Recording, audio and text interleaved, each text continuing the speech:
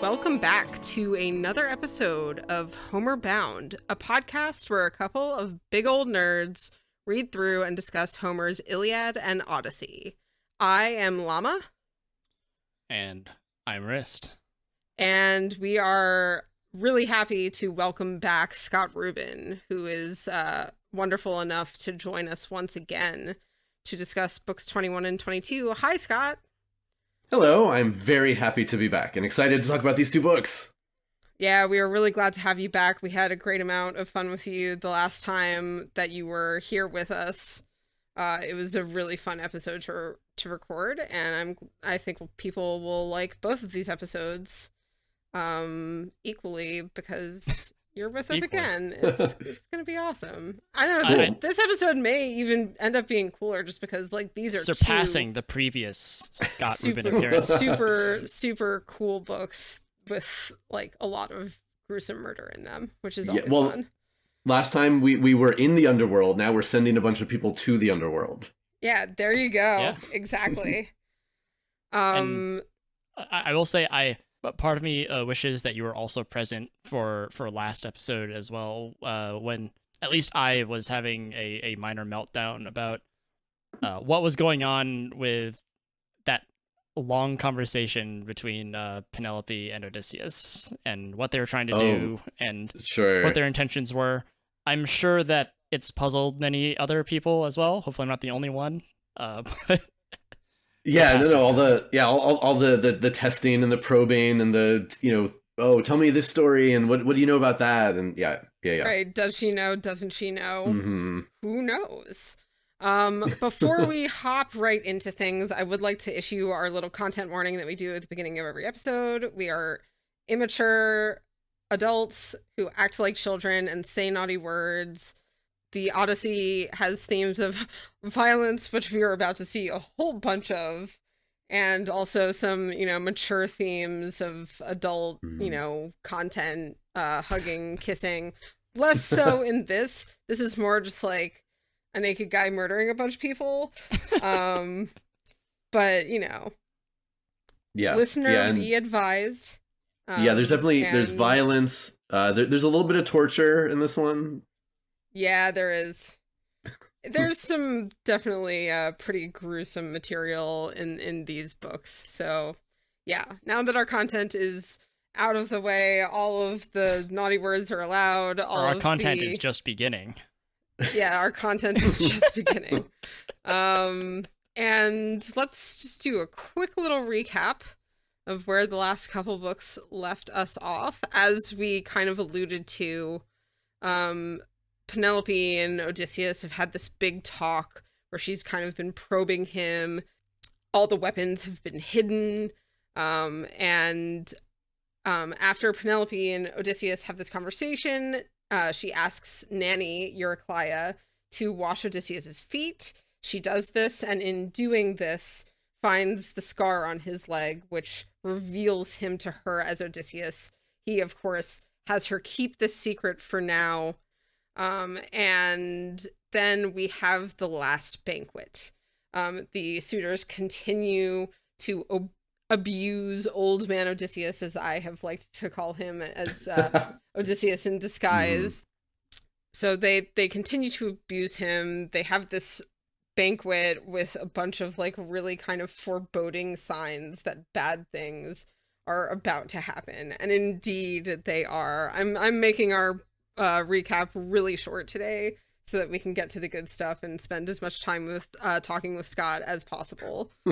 So that's basically where we are. The last thing that we really saw was the like weird situation with these suitors starting to crack up and really cackle, and then this turns to like meat bleeding on the plates and them starting to cry instead of laugh, and then Theoclymenus, our prophet friend, is like, y'all are gonna die. That's basically where we left off. Yeah, I mean, we've seen omens and portents throughout the book, but these are like explicit, like it couldn't be more clear. You guys are fucked up. Don't this is your last chance. And of course they can't stop themselves, but things are not going to go well for you guys. And so this is how we start off book 21, which is called an archery contest, which always makes me think of the scene in Robin Hood Men in Tights. Okay, or the animated contest, or the animated Robin Hood movie. Absolutely, that too. Yeah. I definitely go to the Mel Brooks because that movie is a favorite of mine from growing up. And I can't help doing the, an archery contest. And thinking of this as like Carrie Elwes. But it is not. It is Old Man Odysseus. And what we actually start off with is Athena, yet again, planting seeds, putting thoughts into Penelope's brain to set off this archery contest and actually have it. And, under the guise of choosing which suitor that she will marry, should one of them be able to actually string the bow and thread the arrow through all of these axe heads. Which it took me a little bit of like mental gymnastics to actually visualize what this would look like. Well, we don't really know. So and people have talked about this, but in the Greek, the language is very sparse as far as it literally just says shoot the arrow through, and sometimes it actually says through the iron or through the axes. So we don't. There are various interpretations of what this could mean based on like ancient artwork and what the shapes of the axes might look like. But some people, and I think this is kind of cool, maybe it literally is a feat of strength and like being able to shoot an arrow so hard that it can actually break through the physical axes themselves. I will say, so I read books 21 and 22, and then I didn't stop reading. I finished reading it. I'll obviously read them again but it's this last part is so good. But this is a good object lesson for people to read the back of the book as well, because Dr. Emily Wilson actually had a part that basically said what you said. Like, we're not entirely sure what those... One thing she suggested was that it meant like shoot through like a hole in the like where the axe head would meet the rod or stick or whatever you would use to swing it, which is also pretty remarkable. In any case, this sounds like a real... I remember I said it's probably like hollow axes, or like axes with like a section cut out of the center, because that's and honestly that image is from a picture book that I think I still remember of reading. Now that I'm interrogating that image a little bit more, I guess it's as good a guess as any, but as you said, I think no matter what, we can kind of safely say that it would take a hulk of a person to successfully do this, and Odysseus is the only such hulk that exists. Yes. But please, Scott, I would love to hear more of your thoughts on this. Well, I was just going to say that it's kind of interesting that it's... So when they set out the challenge, it sounds like it's two separate challenges, right? Because you have to be able to string the bow, and then you also have to be able to shoot through quote unquote the axes. But as we see in the book, it's really one challenge put together. So because it's not like several people can string the bow, but then they can't shoot through the axes. And if you think about it that way, it kind of, in my opinion, it lends more credence to that this is just pure strength and you're actually trying to punch through metal, because it's all part of the same thing, part of just showing strength. Well, obviously there's some skill involved, but it's way more about the strength than it is the skill. I think what lends credence to that also, and what kind of interests me about the beginning of this book, is like how much detail is given to the history of the bow and how Odysseus came to obtain it, and how he is the only one that can wield this bow. And that, I think, says to me a lot in the way of, like, he's the only one strong enough to do this. None of them could even think about stringing this bow. Or is he the only one? We'll talk about that when we get to the actual challenge. Yeah. Yeah. Well, I mean, just off of that, I mean, we're kind of at the bow. That's what the book kind of opens with. We do get the history of the bow. This is something that I mentioned in the last episode as well, as sort of to preempt this conversation. It seems to me anyway a little weird that like Odysseus is the only like Odysseus. I don't think Odysseus is known for his strength, right? Like, I mean, he's probably like he's a hero, so he's probably stronger than like the suitors or whatever. But I mean, come on, like he's not like Ajax. He's not known for being like huge and bulky and strong, or like Achilles, who's like man killing. Odysseus is like smart. He's clever. Mm-hmm. Yeah. He's also Although skilled. we have but... gone on once or twice about like how thick we feel like he is. Like we've both and also, said that, like that he's kind of like stocky and like chonky. And he's also pretty old at this point too, which we gotta factor in. Is true. Although he is coming straight from a war where he just killed like an unfathomable amount of people. So I would imagine that would have helped him. Well, it's been 10 years. He's been hanging out with all sorts of witches and goddesses who've been feeding him all sorts of crazy stuff. So he's doing okay. But yeah, you definitely also get the sense, and I think Wriste, I think you were touching on this, is that this is like a famous, noteworthy weapon, and Odysseus is familiar with it and knows sort of how it works and how to wield it properly, which is definitely part of this challenge. In a private discussion, or in a separate discussion with Dr. Daniel, it just seemed like the wrong word to use. Like in secret, I discussed this. Right. I also brought this up. This was after I read this for the first time, and he said, we're not sure why. He suggested something interesting, and I don't know if this is necessarily supported by the text, but that perhaps there is some trick to making it work, to stringing it that he knows, because I guess the text does make a big deal of him like examining every inch of it. To one of the reasons is that he's looking for like rot or worms or whatever. But yeah, and I don't remember when exactly I did this, but I did some research into archery at one point or another in my academic career a million years ago. But there is an interesting evolution of bows, obviously around the world in different styles and different ways. But to string bows, there are some really distinct and unique procedures to string them. And some of them, like, you have to put your leg around the outside and you have to bend it sort of behind you. Like it's a process. There are very specific techniques. So yeah, I mean, this could be sort of a more exotic bow that needs a special technique in order to bend it and get the string on there, for sure. And I mean, we are given the history of it, so perhaps there's something significant about where it came from that. Yeah, I was just gonna say that I love the scene of Penelope actually going to get the bow and the arrows, because it's so drawn out, and we get all these details about the door and the key and the lock and the noise that the door makes as it scrapes across the floor, and then she goes on the platform and gets the case, and it's like this really long, drawn out. Obviously it's foreshadowing, it's building up tension, but I just think it's a really cool scene. And then also at the end we hear that she's weeping as she does this, because in one way or another the end is near.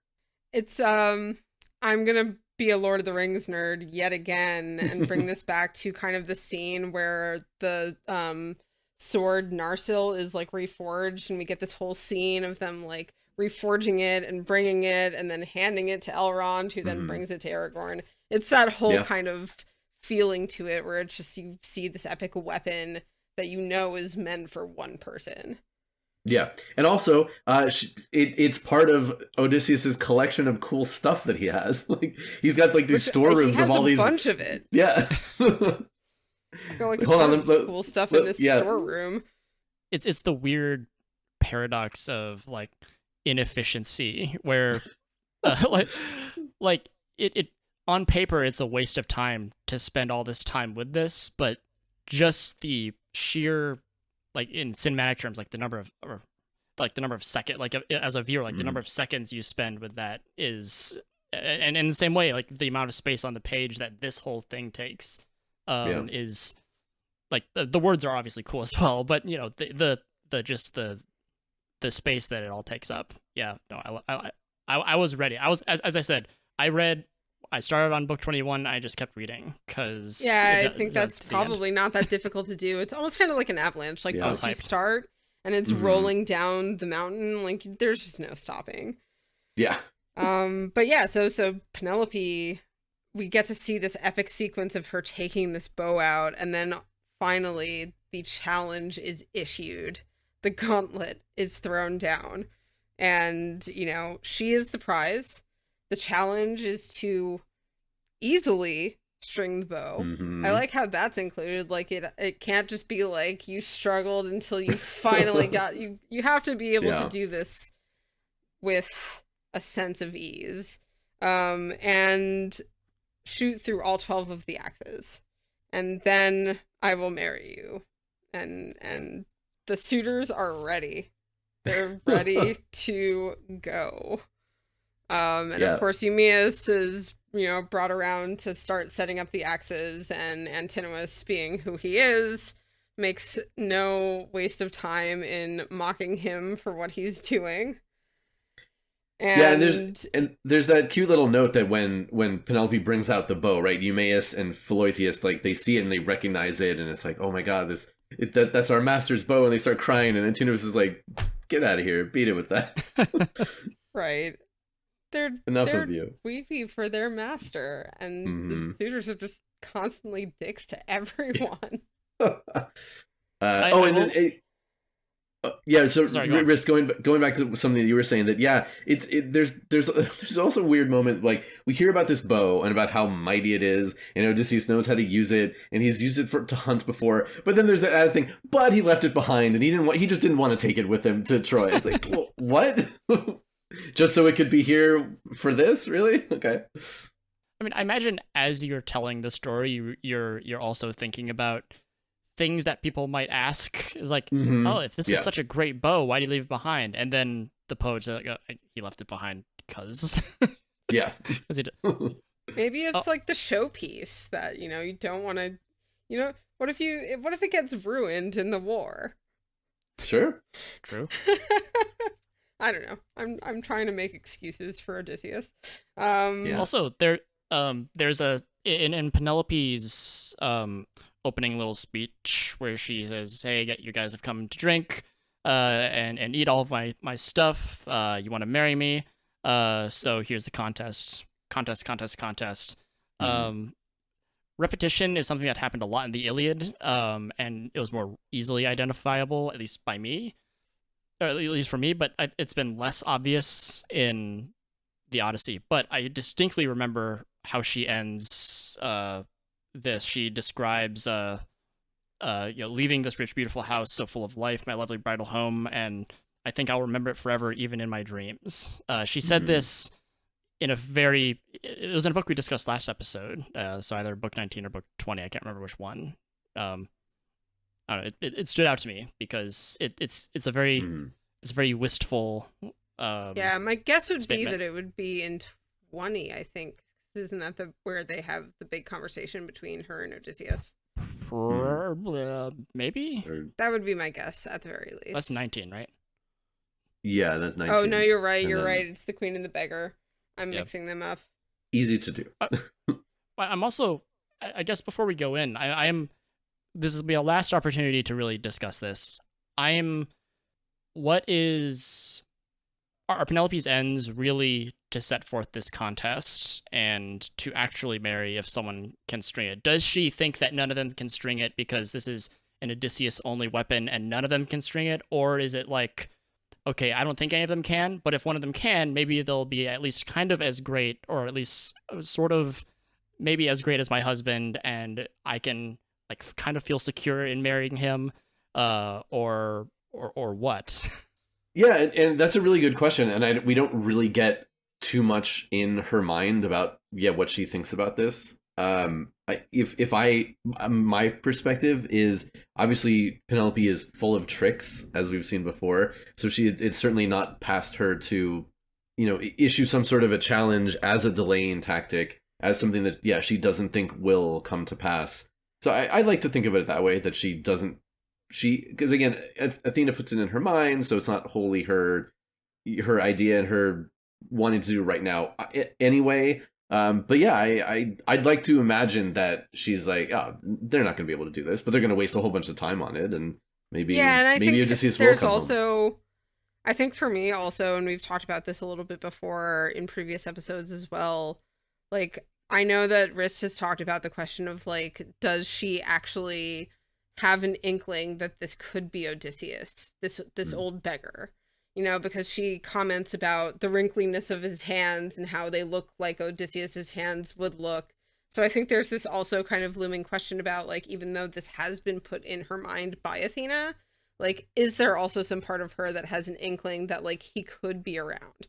She keeps getting omens from people who are saying he's coming back, he's coming back. You know, this is happening. So, like, could this be her just being like, you know, if this is really coming true, maybe this is the time it'll come true. And if not, maybe these guys won't be able to do it. And if one of them does do it, you know, I guess I'll get to that when I get to that.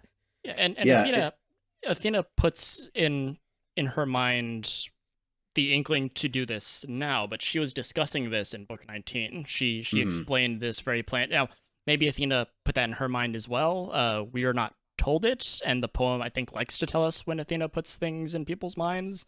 Then I also talked about how this feels very much like her shroud. She's creating an impossible condition by which she'll be married. This feels like it could be another one. Although she's also doing it with, it feels like there's some gravity about how perhaps she is also feels closer to marrying now than before she made that decision. Yeah, and I also think this, you know, like we talked last time in the conversation between her and Odysseus when she talks about herself, like, she's like, I'm out of ideas. I don't know what else to do. And I think this is also the, like, last grasp at straws to just do something, anything that might, you know, make her not have to marry one of these guys. And I was going to note, too, that even after all of the buildup over the last few books and coming into now that, you know, obviously we're almost at the end of the whole story, but even here in book 21, there's some really neat little foreshadowing moments or, like, hints at what's about to happen finally. But even in that just the very beginning of this book, and again, I'm looking right now at the Lattimore translation, but now the goddess great Athena put into the mind of the daughter of Icarios, circumspect Penelope, to set the bow before the suitors, blah, blah, blah, blah. The contest, the beginning of the slaughter. Now, is that part of what she's thinking? Is that part of what Athena put in her head? That this is going to kick off the slaughter? So, because then that changes things too. Because then maybe that is part of what she's thinking. Like, oh, this will reveal who is who. That's really interesting. And because in the Emily Wilson translation, it says, you know, Athena put a thought into the mind of wise Penelope, the daughter of Icarius, to place the bow and iron axes in the hall of great Odysseus and set the contest which would begin the slaughter. I'm wondering if that's Athena's thought. That feels like it's more for the benefit of the reader. Think that it's it's informing the reader that Athena is thinking sure. this. But I think it's a really interesting take on that. That, like, the possibility exists there that this is also, like, I don't know, how many times have you been kind of saying something and given a little too much away that kind of reveals your thoughts into things? Like, maybe this could even be Athena giving the game away to Penelope a little bit. Yeah, I didn't have time to look at the actual Greek to see if it's a little bit more clear in the Greek, but yeah, that just popped out at me. It's like, oh, that's an interesting way that you can kind of look at it. But I also think part of the fun of reading the Iliad and the Odyssey is that you can kind of push the limits a little bit with your interpretations of things because it's fun, and why not? Like, that is the joy of reading any good book. You can kind of, even if you're not even completely correct, you can kind of find meaning in places and ascribe your own meaning to things that just works for you, and that makes the reading of it even better. So I love that. So yeah, the contest is set. The suitors are already griping about how difficult this is going to be, or at least Antinous is, even though he's hoping to be the first to be able to do it. But as the poet points out to us, he will be the first to taste an arrow from the hands of great Odysseus, whom he had mocked, urging the others on to do the same. So, like, he's about to get his. Yeah, so again, we get more of that delicious foreshadowing that's about things that are right about to happen. It's like, come on, let them happen already. It's like, It's like the poet is edging you, honestly. It's really what it is. I hate to say it that way, but like it's really what it is. It's usually my kind of line, but okay. I know, right? This is coming from me, so I really like, it had to be said. It just had to be said. But yeah, so Telemachus. Oh, go for it, Scott. Yeah, please. no, I was gonna say, and then Telemachus comes up and then basically repeats what the contest is, and then talks about how hot his mom is. Yeah, he talks up his mom like in a really slightly creepy way. Yep. And then says that he's gonna try it too. Like he's like, if I can do this, maybe like I am man enough, to wield my father's arms. And maybe I keep referring to him in this way, but like this is his like, I'm a big boy now. I wear big boy pants. Like a big boy. And that just is such the vibe that I've been getting from him for like the past couple books now that his dad is back and he's like, coming into his manliness, and he just like wants to show everyone. And it's really cute. I really like this. We definitely see that here, yeah. I like this about Telemachus. We've been talking a little bit how, this is also, this is Odysseus' story, but it's also kind of Telemachus's. And while coming of age is a way that you can describe this, I do want to resist that a little bit because it suggests a sort of completeness about it. Like Telemachus is just now beginning to grow up, I guess. But Wriste, he told us he's a man now. It's true. Well, I mean, and he's getting to the point where he's at the point where he can like possess confidence. And this is demonstrated, but he's also always talking about like, as you said, like I'm a big boy, like I'm grown up, I'm a man now.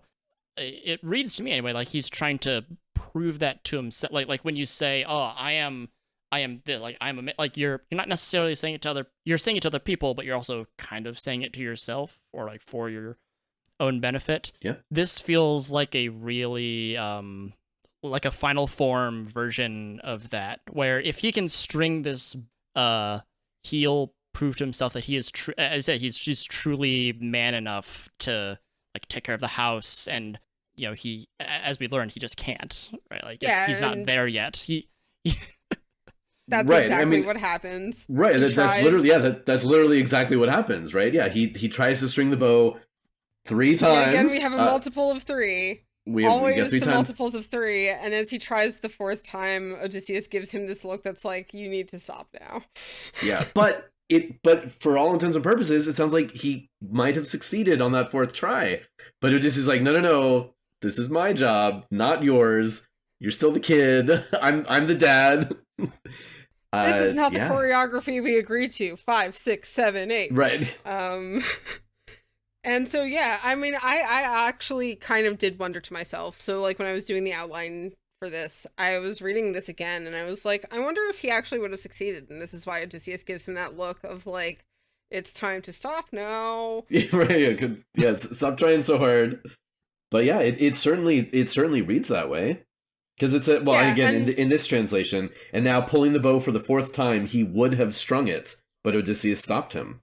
Ooh, interesting. Because in Emily Wilson's translation, it's he would have tried a 4th time. He was keen to keep on pulling. Okay. But Odysseus shook his head, stopping him.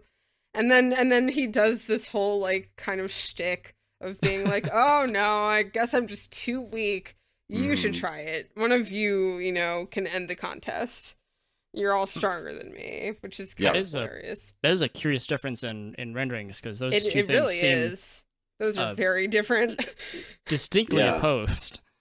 Because it seemed to me, anyway, as though, like the text here describes the 3 times he made the bow quiver, string to draw it back, suggesting that he's making some ground. He has some of that strength that he needs, but he doesn't make it. And a 4th time, like as seems to accompany the multiple of 3s, is usually a suggested 4th time, which someone is stopped from doing, and this is obviously one of those, and that usually suggests to me that, well, the 4th time isn't going to succeed any more than the previous 3 times.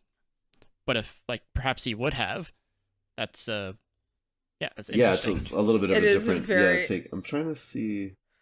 I'm just I looking hate at a to do different this, translation. but like Dr. Dan, if you're listening, when you listen, you are listening, but like when you listen, I would love to know what you think about that, and then I will stop invoking your name.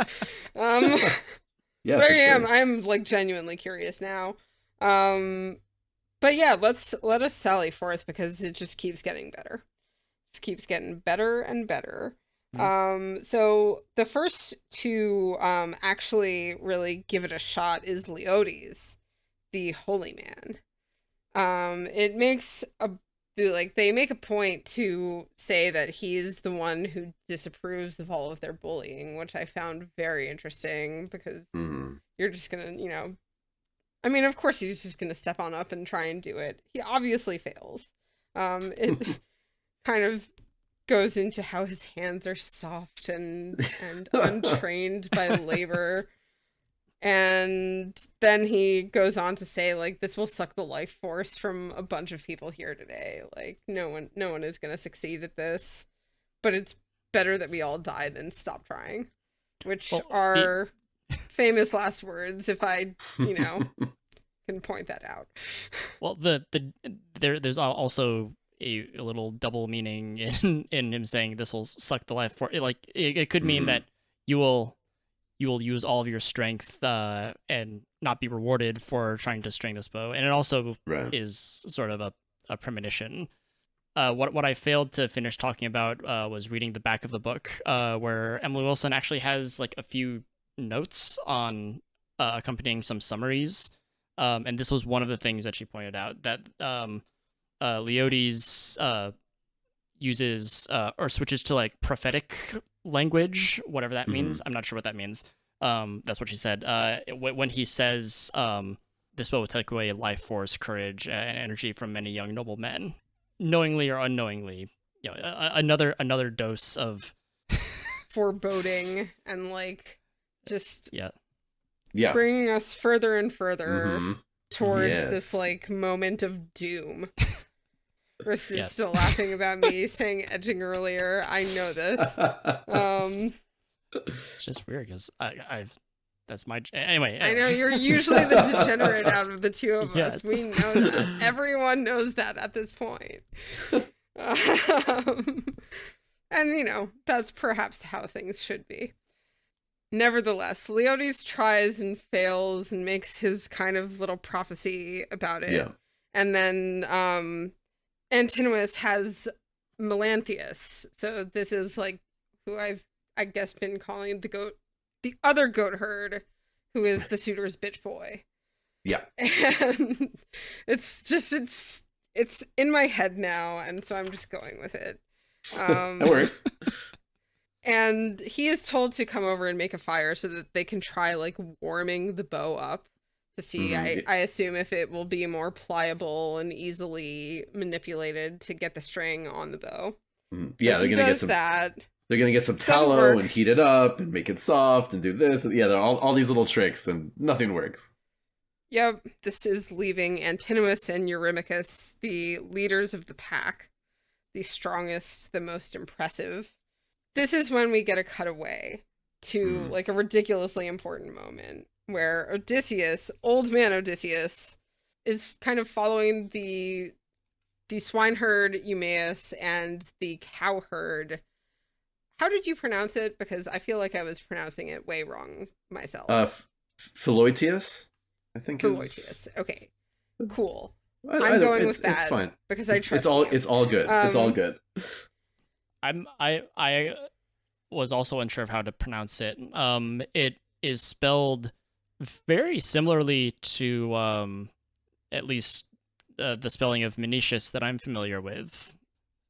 So phonetically, it looks like Philoetius. Menoetius. And this guy is spelled in a very similar way. So I'm at a loss. It's all good. However you want. Again, as long as we know who we're talking about, pronunciations do not matter. Let's just call them Odysseus' homeboys because that's really what they are. So he basically, I love the way he does this because it's so like silly given what he's about to do, but he's like, just supposing that Odysseus were to come out of nowhere and be like, "Hi, I'm home." What do you think you would do? Just, I don't know. What do you think you'd help him? Maybe? And they're like, "Oh, would we ever? We would fight for him. It would be awesome. We would be so fucking happy." And he's like, "Okay, so cool. I'm here. It's me. Check it out. Here's my scar." It just cracks me up the way he does that after like all of this manipulation and all of the things that he goes through to keep himself hidden and to execute this plan. And then at the end, he's just like, supposing. And it cracks me up a lot. Yeah, I feel like this is one of his least elegant. It really is. Yeah, I mean, he's had some. Yeah, he always has to test everyone, but this one was a very easy test to pass. It was a very easy test. It's like so obvious. It's so fucking and then it's Odysseus, and why. He loves whipping out that scar to show people. So here I am. He likes whipping out a lot of things, as we are soon to learn. This is actually true. I was like, I'm serious about this. This is not just like a joke that I'm making solely for the funnies. He really does. He's been totally nude at least a couple times. He really the first time he at least covered himself with a leaf, but like it's gonna be a little different this time in a way that makes me like happier than just about anything else in this entire story. So he's back. He shows them the scar. They are like overcome. They are so happy. They're crying and hugging and kissing him. And he's like, cool, but like, let's maybe not give ourselves away completely.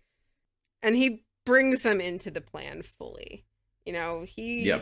I think has kind of been doing little bits and pieces here to test their loyalty. And now that he knows that it's completely true, he is fully bringing them into the plan. So there are a couple of little notes in these two books. It seems like, so now Odysseus is home. All of these people know him. They know of him. And we see a couple of instances where it's like, even people who we think like honor and respect Odysseus and trust him might not fully trust him, or people who get Odysseus's words still don't fully trust it. And here's one of those interesting things. So Odysseus, he shows them the scar. They're overjoyed to see him, but he still says, if you really are loyal to me and you help me out with this, here's what I promise you. Like, he's still like bargaining with them to make sure he gets their assistance. I'm gonna hook you up with cool wives. I'm gonna give you houses. You're gonna have status alongside Telemachus. It's like it's kind of a weird additional thing that he has to promise them. And it come. And in the next book, there's another part that I'll bring up about like, why didn't you just trust Odysseus the first time? But we'll get to that. Foreshadow it. Yeah, although I think this is also, I mean, the feeling that I got is also that like he's just so thankful to be in the presence of people that he knows are loyal that he's like, you will be rewarded for this. Like, sure. Now that I know where we stand, good things are going to happen for you. Also, let's kill all these people. There's also the optics of it. So, like, Odysseus he's not only about to kill the suitors, he also plans on killing any of the slaves who've been disloyal. Yep.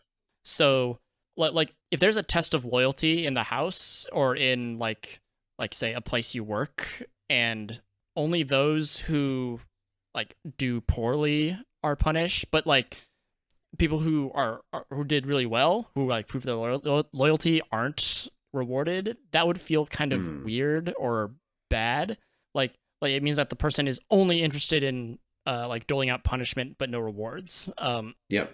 So optically, rewarding the slaves who are like, or at least like the slaves who are especially loyal, like these two who are willing to fight. I don't know about all of them. I don't know what he does with all the other ones. I don't think we'll really get like the long-term aftermath of how he handles his house with all the other slaves. But at least here, with these named characters who might in some ways be stand-ins for like a great number of other slaves in a similar way to how we have like a few named suitors for who are like kind of stand-ins for the 100-ish folks who are in the house.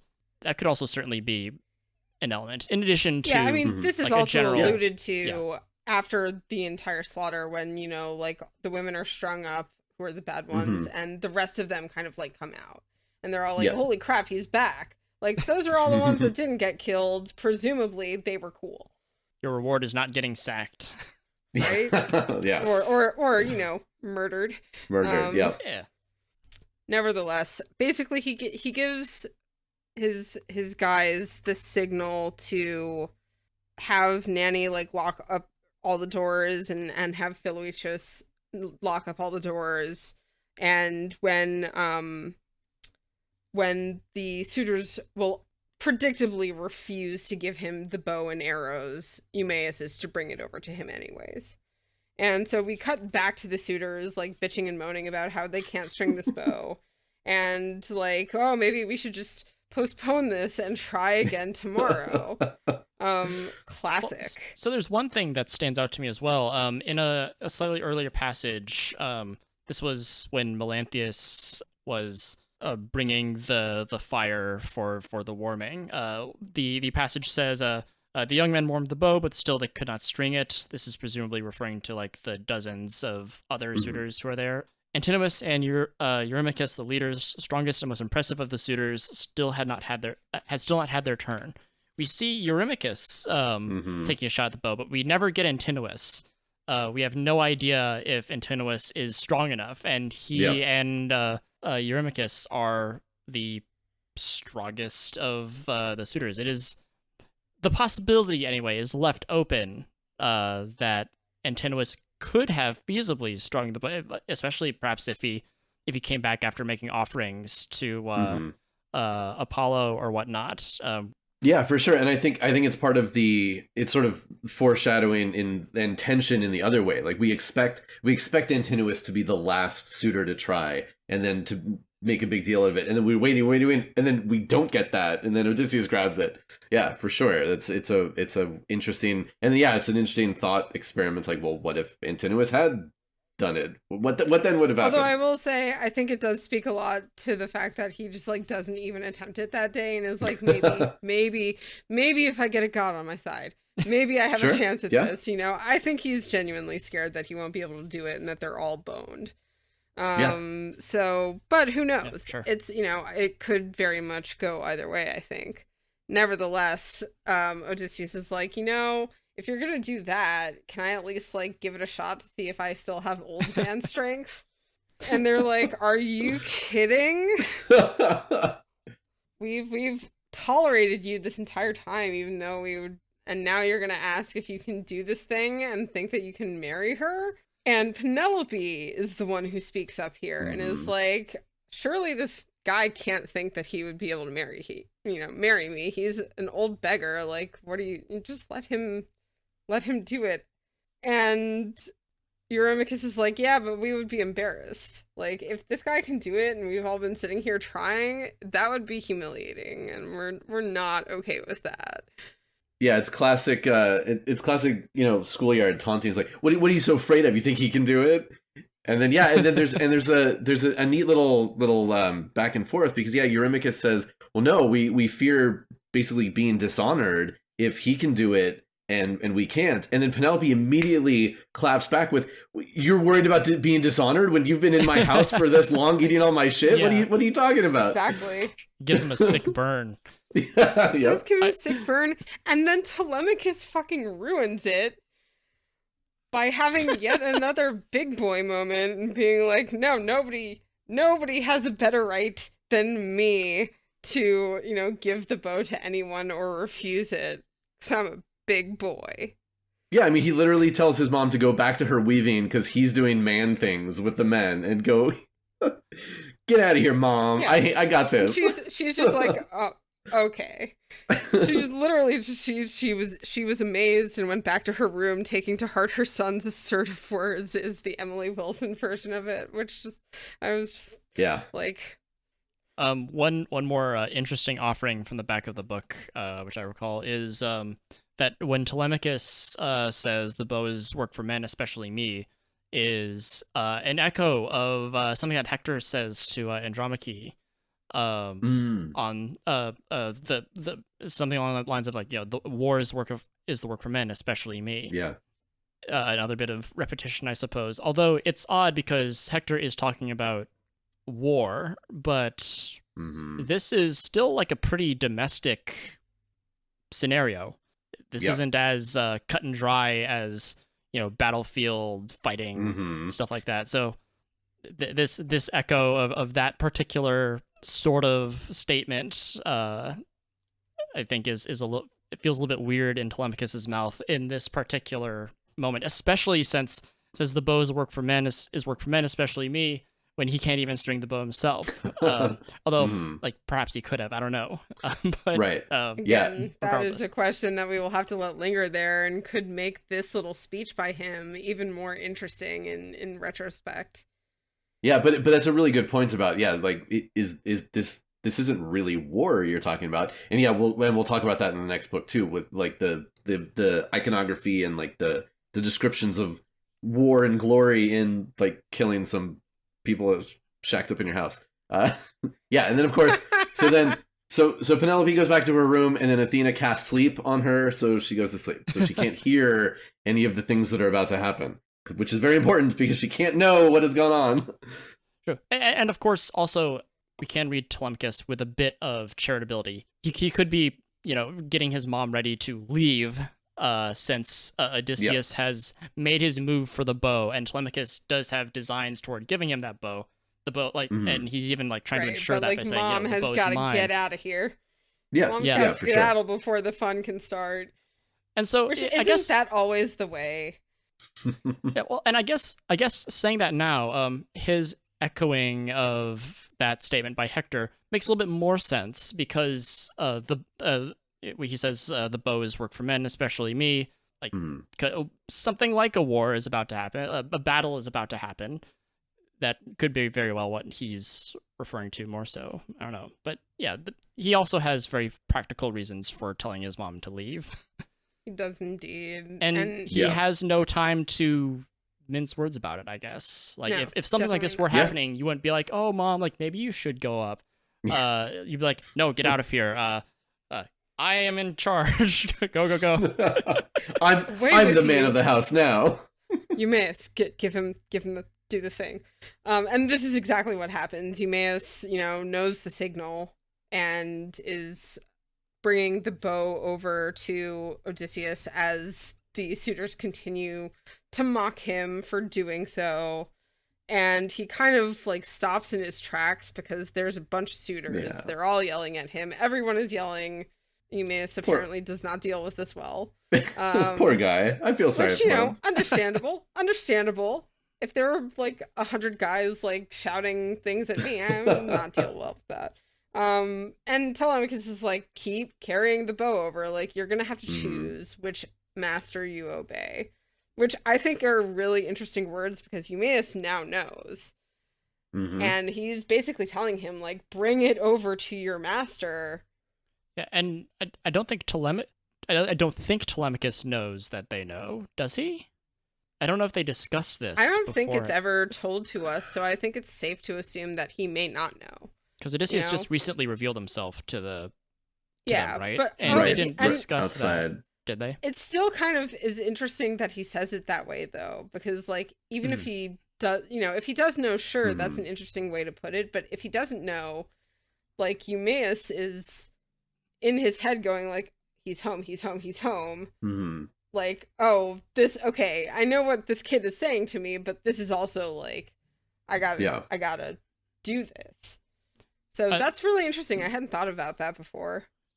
The Greek, there are a few passages that read kind of like this. The one that comes to mind is actually in the first book of the Iliad, where I can't remember the priest's name for the life of me, but the priest who reveals the reason for the plague to Agamemnon.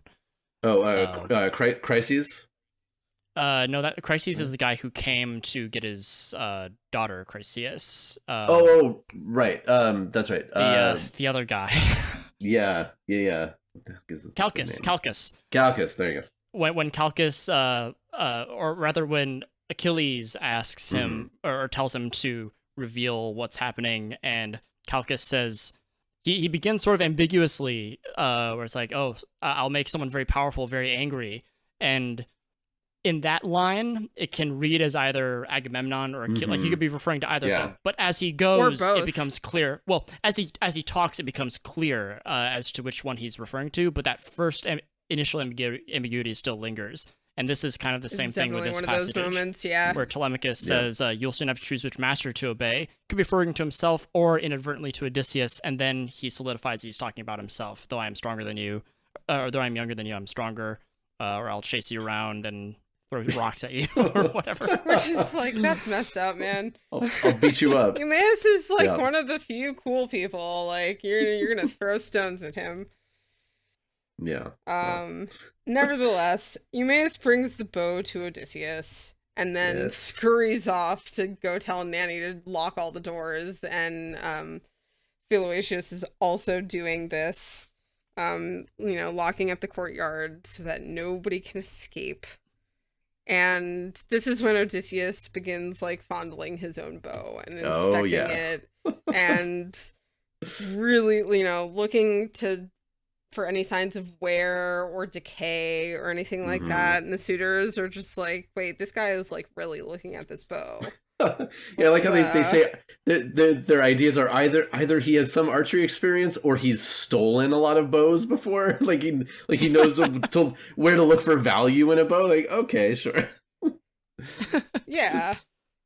And this is the moment where Odysseus in essence reveals himself, and he strings the bow easily. And he like and I love to imagine this like as a movie scene.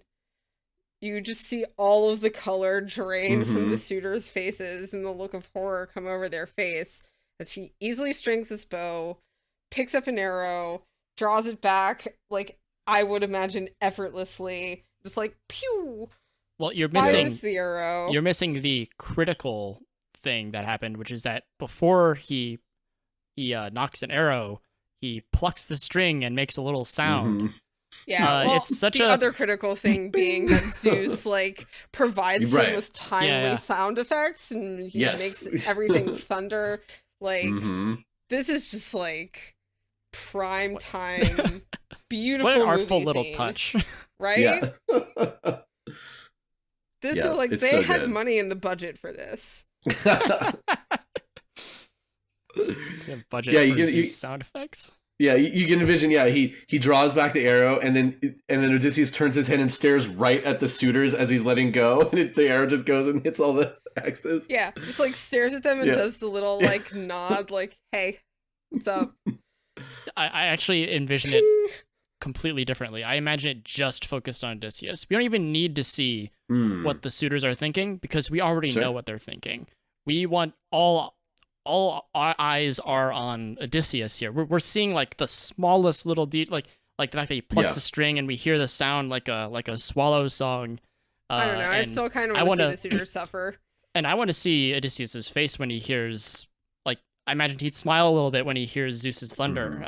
Odysseus, who had been so long waiting, was glad to hear the signal from the son of double dealing Cronus, and like that's what I'd be focused on if I were to play this out as a scene, because like everyone is watching it. Like you imagine it being like silent, and all you hear are after he strings it is.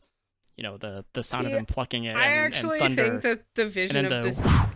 I think the vision of the suitors is important.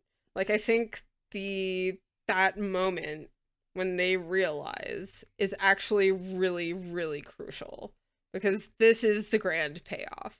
And so like, but I do like the way you've kind of described it. I think what it does, like what it is in my head, is that you see the suitors lose all the color in their face. And then it pans to Odysseus, and we get that little scene that you just described, Yeah. And Yeah, and he'd be focused too. He wants to nail with careful aim. He shot like he aims carefully.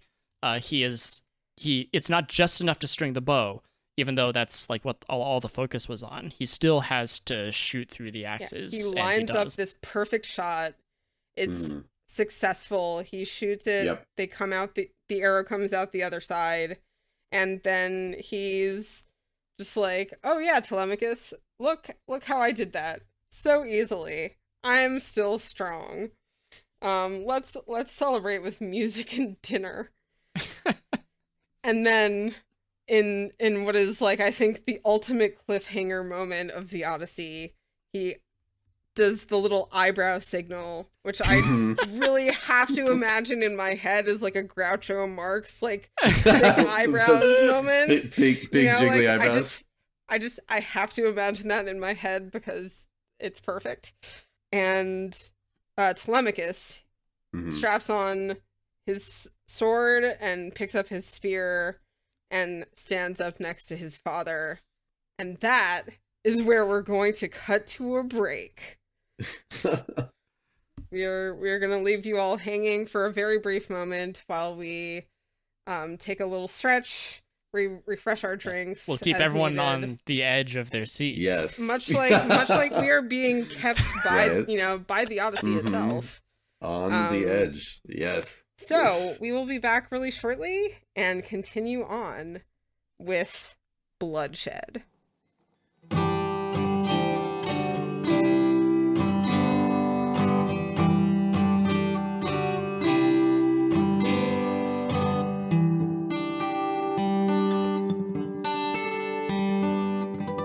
Hello, dear listener. We hope you've enjoyed listening to the first part of this episode of Homer Bound. There's more to come afterward, but I'd like to take a moment on this break to say a few special thank yous. First, thank you for listening. This podcast has no sponsor. Everything is produced in-house, on our own time, and fueled by our own interests. Sharing in our interests means a great deal to us, and knowing that others enjoy the content means even more. Please follow us on our Twitter at Homer_bound for new episodes, or just keep an eye on the podcast page, wherever you happen to be listening. I'd like to give another special thank you to my friend Llama for hosting the show with me, and I'd like to thank the composer and performer of the music you've been hearing during the transitions, who has said he'd like to be known simply as Llama's father. Thank you, Llama's father. I'd also like to thank Bubbo for her contributions to the audio, Webs2D for some original art, and Total Love for additional art and graphic design, and Ghosty also for additional graphic design. Another special thank you to our numerous guests for lending us their time and expertise, and a last but not least thank you to Dr. Daniel, who anchors every one of our episodes with his insights on our discussions.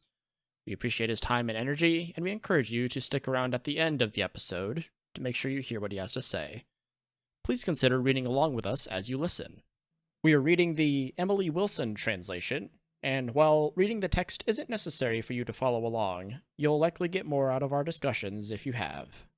Feel free to pause and return later if you wish to do so. Okay, thanks for sticking through our break. I'll give it back to me and Llama on Homer Bound.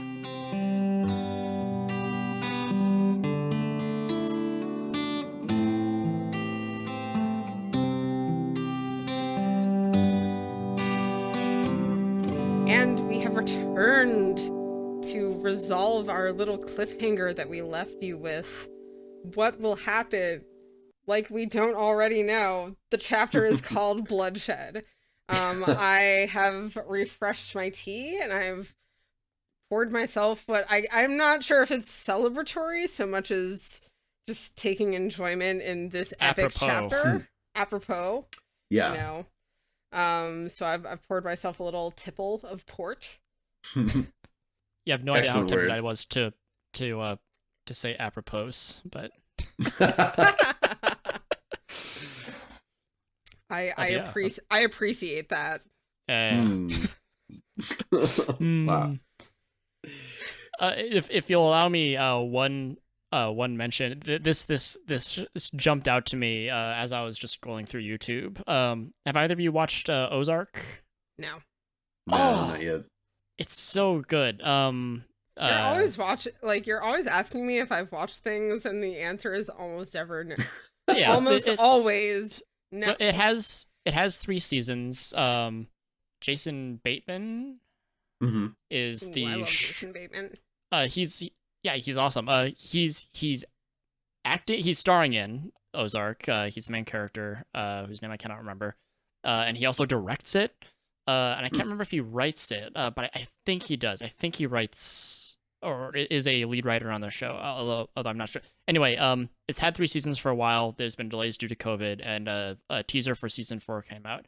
It's a sort of Breaking Bad-ish show, only it's about money laundering, and they moved to the Ozarks. Sure. And as I was watching the teaser trailer, I was thinking about how similar or how much Jason Bateman's character and his wife remind me of Odysseus and Penelope. There's such a cunning, scheming power couple, if you will. That they're both incredibly crafty, and yet there's always like an imminent fallibility about how they go about things that makes it very dramatic to watch them operate, and the tension that they get when they both have really good ideas that sort of clash with each other. Take note, Ozark fans. Yeah. Anyway, I never thought of Odysseus and Penelope as like a power couple. They really before. are, though. Yeah, especially, and we were talking about this off camera. But the Netflix show Troy Fall of a City. We get a brief. I've only seen the first 3 episodes, but we get a brief depiction of Odysseus with Penelope, and how they work together to try to fool the folks who want to recruit Odysseus to go off to Greece, and they both play into him having some kind of illness, or he's gone a little bit mad, which he's eventually found out for. But there's also similar talk of how they're working together, and they're both incredibly smart and crafty. And yeah, that's all I wanted to say. I'm just seeing these sorts of things everywhere. Sure. Everywhere now. Yeah, they make a really good pair, these two. Yes. Odysseus is everywhere. Everywhere. We were all also kind of just joking around off camera about like how you can just like between the two of us, we're constantly comparing things of like, oh, this was very Odysseus-like. This is a very Odysseus-like trait or mannerism or just behavior.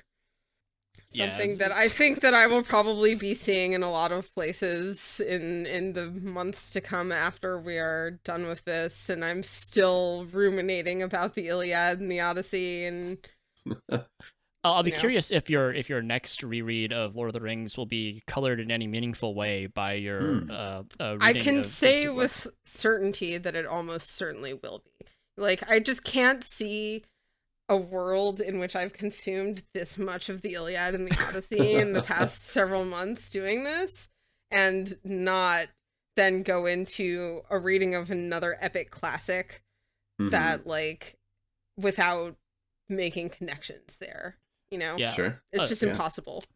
Aside from the Netflix trailer that I watched, I mentioned it before. I was talking about how I watched the Suicide Squad, the newest one with directed by James Gunn, and how it seems implausible that these regular humans would have like the strength and stamina to run around and do all the crazy acrobatics and silly superhero stuff.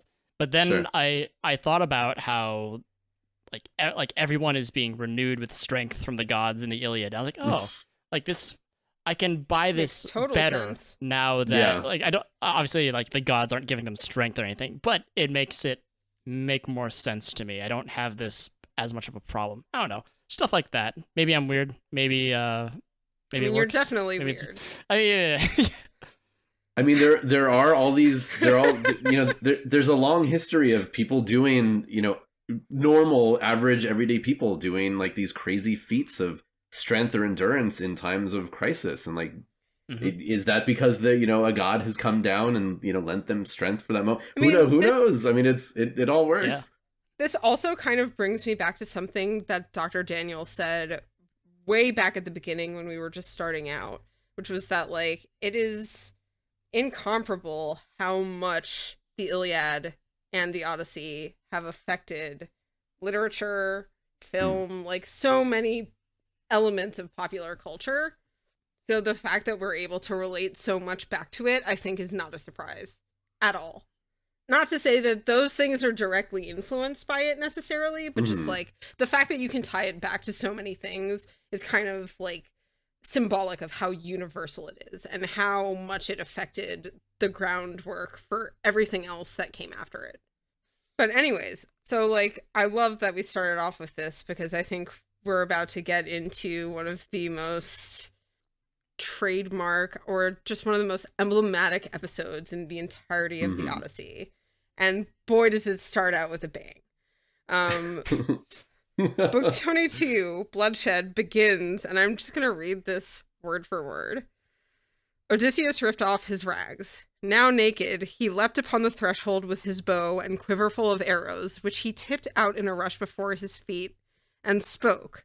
Playtime is over. I will shoot again towards another mark no man has hit. Apollo, may I manage it. Power move. He rips off his rags. He's absolutely butt naked.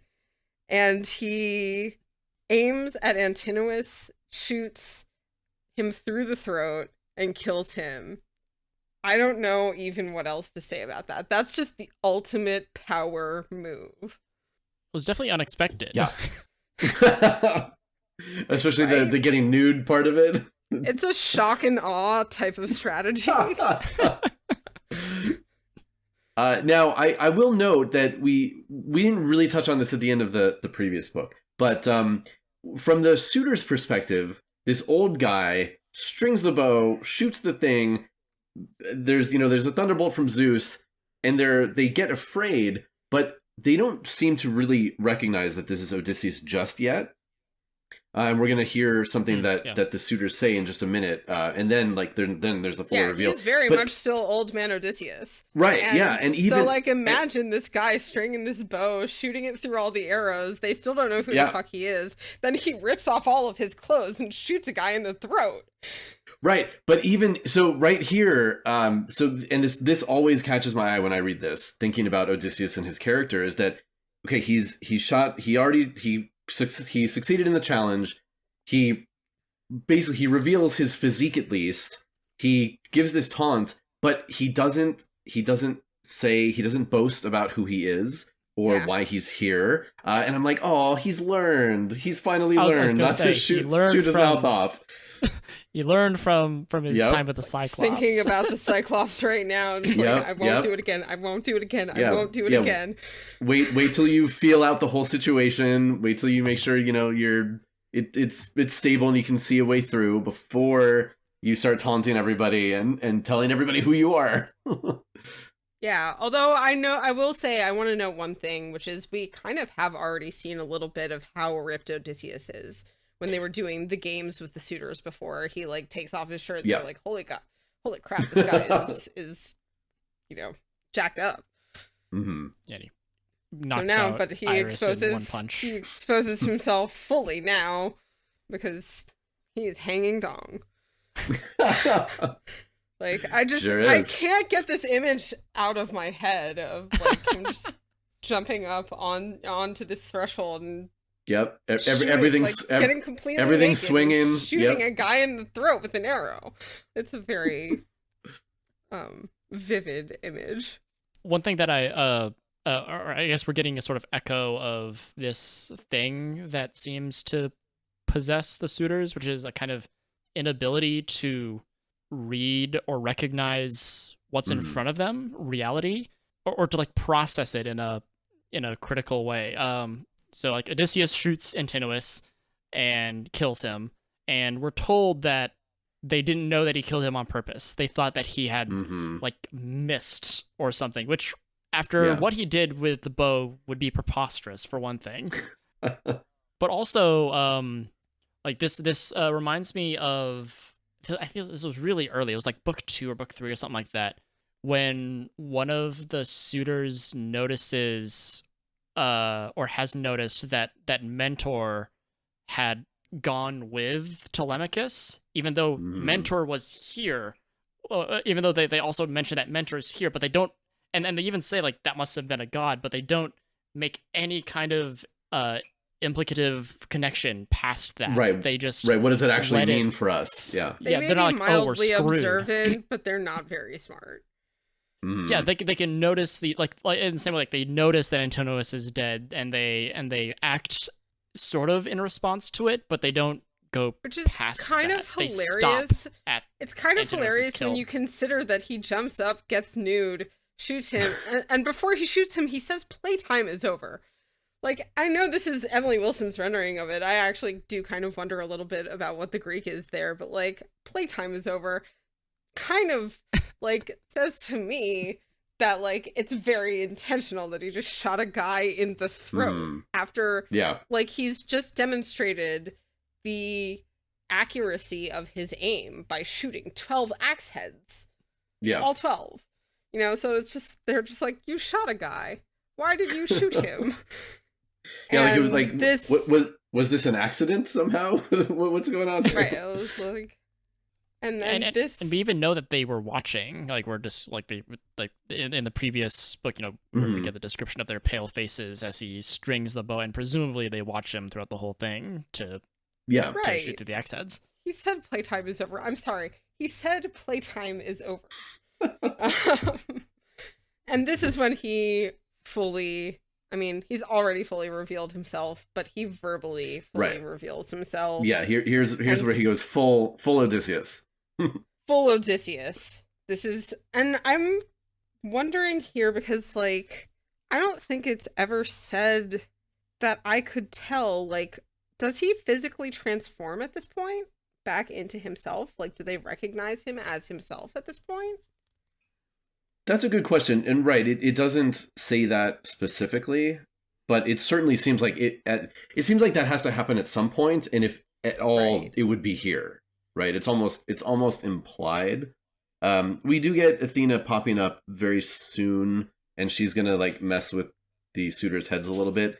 But yeah, I mean, if again, like you were saying, if we were to do this cinematically, this is clearly when, you know, the disguise would dissolve. Yeah. Old man Theoden turns back into the king. I'm sorry. I will not stop. Actually, I'm not sorry. I will not stop making Lord of the Rings references. Yeah, of ever. course. Although it will never happen. It probably doesn't matter if he would like transform or his disguise given to him by Athena would go away, because I don't know if they would recognize it. Would they recognize him? Antonius mentioned like having seen or known Odysseus when he was young, when he was younger, I guess. So maybe. Yeah. Well, he is naked, so they can see the scar that he loves to whip out too. So there is that. That's true. Although, would they all know his slaves know? I mean, and if they're all at least as old as Telemachus, so the ages are tough to pin down with some of these characters. Yeah, some of them might not, but he does. Like in the next line. Well, this is something I'm going to read out as well, because I think it's just really powerfully rendered. Dogs. So you thought I would not come back home from Troy? And so you fleeced my house and raped my slave girls, and you flirted with my wife while I am still alive. You did not fear the gods who live in heaven, and you thought no man would ever come to take revenge. Now you are trapped inside the snares of death.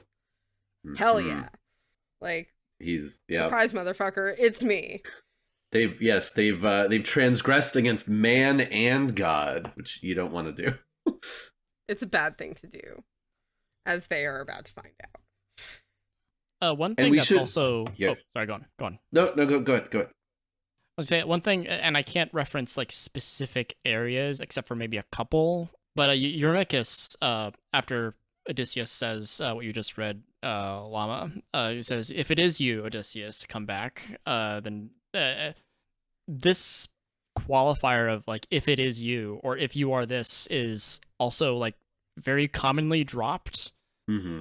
The one that I'm thinking of the most is when Nestor was actually talking with Telemachus, and he said, "And Telemachus, if you are Odysseus' son," or something like that.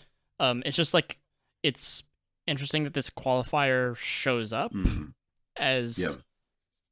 It feels like it's often. Maybe it's not as often as I think it is, but this stands out to me. Like, even in this intense moment, Eurymachus is adding this qualifier to, like, if it is you, to what he's about to say after this, like, crazy thing has happened.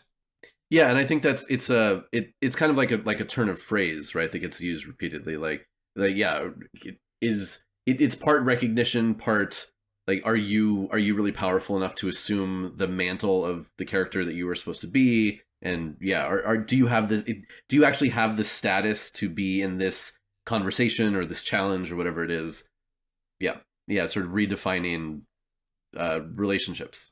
I also think that this kind of frames what he's about to say.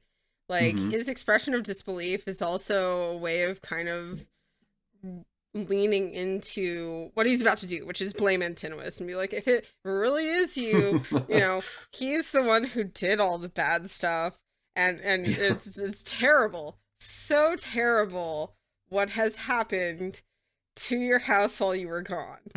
Like, in this really kind of unbelievable way, which obviously Odysseus is not buying at all. Yeah. I just want, real quick, before we move on, so the killing of Antinous, right, is notable because he's shot as he's relaxing, drinking some wine. He falls over. He does an accidental table flip and sprays the food and drink everywhere.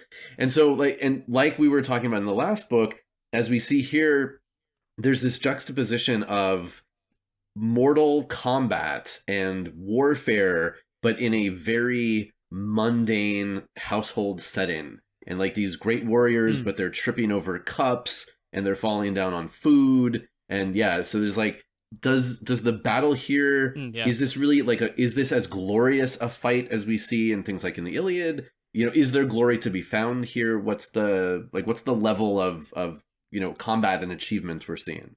I think also for me, like, I know one of the things that I said at the outset of the Odyssey was like, this is a book about home. And this is really tying home into the slaughter and making you remember what this journey has all been about. It's about him getting home, and he's home now. And now he's really home. Like, all this time that he has been home already, it still hasn't been completely his home, because there's this issue of him having to formulate and carry out the plan that gets us to this place that we are right now. And so I think the imagery of like death and the table settings, all of those things just really ties that theme back into it for me as well. Yeah. There's something especially messy about fighting in like a domestic area. Like, we can think of like a bunch of fight scenes where, people are using cutting boards and the kitchen knives or grabbing the telephone and whacking someone with it. It's messy, and I mean that sort of thing even happens a bit. Eurymachus will tell the other suitors to use the tables as shields. What this also made me think of as I was reading it, the story has worked, I think, hard enough to make us think of Agamemnon and how this is. Yep. In a weird way, this is what could have been. Like, this is the inverse outcome. Agamemnon gets home very, very quickly and safely, but he's killed immediately, while Odysseus has to wait a long time. But he lives, and he manages to like get everything sorted out, sort of. I think the other side of that is also like seeing what it could have been like for Telemachus as well, because as we know, Agamemnon's son gets revenge for him. So it just as easily could have been Telemachus in this position as it was with Agamemnon and his son. Yeah. So instead of Agamemnon being the one getting home and getting the revenge, this is what, happened with his son getting the revenge, but this is the inverse of that. And later Agamemnon will even sort of comment on this in the afterlife. And once again, I think he'll comment on like how faithful Penelope is versus Clytemnestra, who planned his death with the guy who killed him. With Aegisthus. Yeah. Yeah. Yeah, no, for sure. Definitely. I find what Eurymachus says here really interesting because, right, on the one hand, he blames Antinous for everything. He's like, that guy was the worst. He's the problem. But also Eurymachus goes further and he says he on behalf of all the suitors, he offers what, at least on face value, seems like a pretty reasonable offer. He's like, look, let's tally up what we used. We're going to pay you back. We're going to give you all this stuff. And to me, when I read this, I was like, oh, this sounds like Odysseus talking. This sounds like, here's a reasonable offer. Let's talk this out. And then, of course, Odysseus' response is, as I like to call it, get fucked. And yeah, absolutely. And then, like, you've got two choices. You've got choices. You can fight or run, but I don't think any of you are going to make it out of this anyway. Well, it's not even, I don't think any of you are going to make out of this. It's like, you can fight or run, but no matter what you choose, you're all gonna die. I also wonder, I don't know this truly exactly, but I wonder, when Eurymachus says your anger is quite understandable, this makes me, this has like mild Achilles notes, right? Like I'm reminded of, like, specifically like how he like refuses the ransom paid for his slights against him. This is reasonable, but I just don't care because I'm angry. Yeah, and again, you can probably tell me if I'm right on this or not, Scott. But the word used to describe Achilles' anger has divine sort of notes about it, does it not? It's a godlike anger. Right. And I wonder it's beyond just the human capacity to be angry. Yeah. Yeah. I wonder if Eurymachus is using that same word here to describe Odysseus' anger, because Odysseus' anger reads as, it's a little godlike. He is vengeful and unflappable. Now that he's come to get what he desires, revenge against the suitors. Yeah. And that's a really interesting question. Yeah, that is an interesting question. I wonder if I could look that up real quick. Yeah, absolutely, go for it, and we can also continue to kind of go through what Eurymachus will now. Odysseus says, "Get fucked," and Eurymachus kind of comes... also to zoom in on that real quick to follow up on how much this does remind me of Achilles. Although maybe this is sort of like a sort of stock kind of response that a poet would iterate on. I don't know. Odysseus says, even if you gave me all your whole inheritance and even more, I would not keep my hands away from slaughter. Which again is sort of what, like, when Achilles has killed Hector, he tells him that not even if your own father weighs out your bulk in gold and gives me tons and tons of gifts, I'll never give him your body, like that sort of thing, where he just goes above and beyond and says, even if you give me the whole world, or like when Achilles says about Agamemnon, even if you give me the whole world, I'll never stop my anger. Yeah. Anyway, I just wanted to justify my question even further with sure. No, okay, so here, so actually this is really interesting. So I just looked it up, and so the verb there is nemesao, so it's where we get nemesis. And it says, as far as, like, I mean, there's a bunch of different definitions for it, but especially in poetic sources, you can say to feel just resentment, to be wroth at undeserved good or bad fortune, and it's frequently used for gods. So this is sort of like an elevated. Well. No, that was the wrong word, right question. Okay, fair enough. Interesting. Yeah, that's and really interesting. Nemesis. Nemesis is a god, also, correct? Yeah, yeah. Mm-hmm. She's a goddess, right? Yes. Yeah, strife and all that good stuff. Okay, cool. Nice little. Very interesting. We dug into Thank you for looking that up for us, Scott. Yeah. So this is when Eurymachus is like, okay, this guy is clearly not going to be reasonable with us. He can't be reasoned with. Who would imagine why that would be? And this is when he starts saying, let's arm ourselves with tables and and draw your swords, although they're about to find out that like all of the other weapons except for, you know, anything they might have on them have been taken away.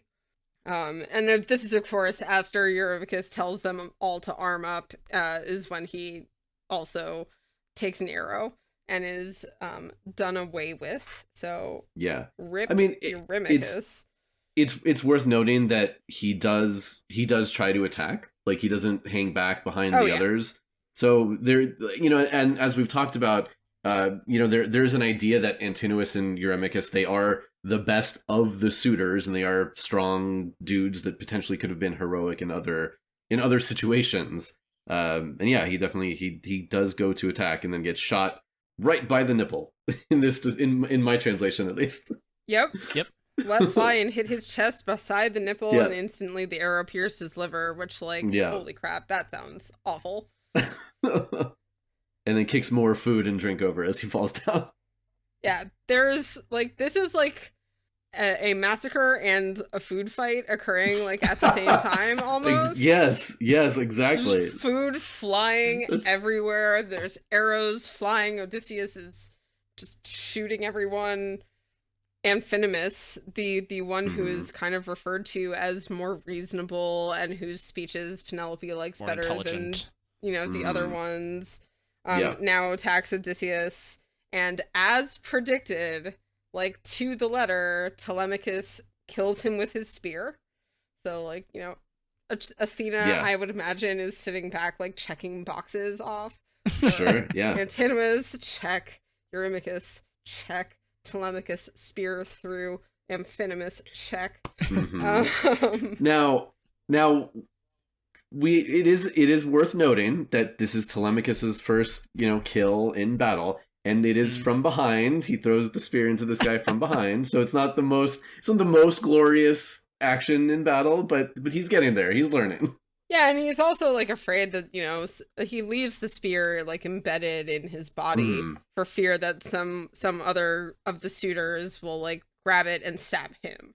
Yeah. So he's like, and it's really interesting, I think, that you brought that up, because, like, it is, I think, important to talk about, like, that this is Telemachus's first real experience with, like, killing someone in battle, and that he would be scared. He is just, you know, becoming a man, and as much as he wants to shout about being a big boy, like, this is killing someone. Thinking about killing someone and killing someone are two entirely different things. Yeah. I wonder if I should resist framing this as a battle. This is it feels more like a brawl, or battle seems like the wrong word. I'm sure I used the word battle earlier, but having it land on my, and especially with all know, like man, there's swords, there's spears, there's a naked guy shooting arrows at people. That sounds like pretty battle-like to me. And in a minute we're about to get like this very back and forth, like these guys throw spears, then these guys throw spears, then like so it's framed as though it's a battle, but you're right. I mean, this is a brawl in someone's dining room. Yeah, well, I guess when we say the word sure battle, I would describe it as a brawl, though. I would describe this as a massacre. Fair. Sort of, yeah. I mean, it certainly ends as a massacre. I mean, it kind of starts as one too. Yeah, but like, I don't know. It's just weird because when you say when we think of battle, especially coming out of the Iliad, we do think of, I mean, as to go back to what Scott pointed out, like this is like taking place inside the house. This isn't like, doesn't have all the glorious there things isn't that the grand stage. It's very domestic. Yeah, and so like whatever we call it, it's I don't know. I don't know if there's a good word for it. Maybe like because I don't know. I think it just is doesn't fair. Feel right. Like we'll. Well, okay. I'm not going to be anal about it. We'll call it a battle, but at the very least, I think it's fair to describe it as combat. I think that's probably something that we can all agree on, right? Yeah, so, like, combat but it's... for sure. Battle, question mark. You know, I think it's interesting. I honestly think it is kind of more interesting to me to see it as a battle, but just one that is occurring in the domestic sphere. Like, Mhm. I think there is still enough to qualify it as a battle here. But it's just on a different scale and with a different frame. I suppose so. Like, if I were to Yeah. imagine this as, again, like as a movie or a TV show, like Mhm. there'd be no music. It would be like camera would be swinging around, like Mhm. chaotic. I'm not really sure where to look. Right. It would go down to the arrows that Odysseus spilled all over the ground. It'd go over to Telemachus getting someone from behind. But most importantly, we'd hear like because as also you pointed out, Scott, we're constantly drawn attention to like food and plates Mhm. and wine being spilled, Yeah. presumably like stuff is shattering and breaking, and that's what we get. And when I think of like that sort of cacophony, Mhm. that or it feels like more like we're meant to hear the sounds of combat in like a field or a Mhm. valley or some open place, the footsteps of soldiers, but we're not meant to hear like plates shattering and bread rolling on the floor and wine Yeah. dripping from tables. And so like so when I imagine it that way, the word battle feels too clean for what's happening. Again, I think like, in a way just call that's it a what battle. the juxtaposition of those things is intending to do, though. It's definitely. intending to make you feel kind of weird that Mhm. these things that are Mhm. usually kind of reserved for a battlefield are occurring within Mm. someone's home. Like, Well, right? yeah.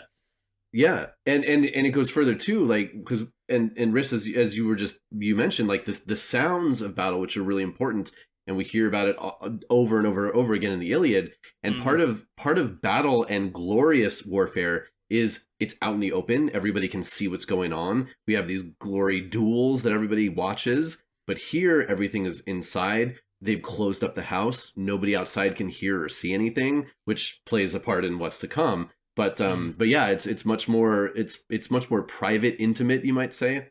Yeah, I think it's the like juxtaposition that is almost supposed to kind of make you feel uncomfortable about it and make Hmm. you ask that question that I think Wriste is asking quite Yeah. correctly.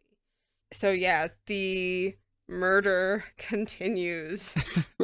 Odysseus, has Telemachus run off to fetch weapons from him. Or Telemachus basically says, I'm gonna go get your Hmm. shield and spears and your helmet and all of your stuff, and I'm gonna armor up, and so will Eumaeus and Philoetius.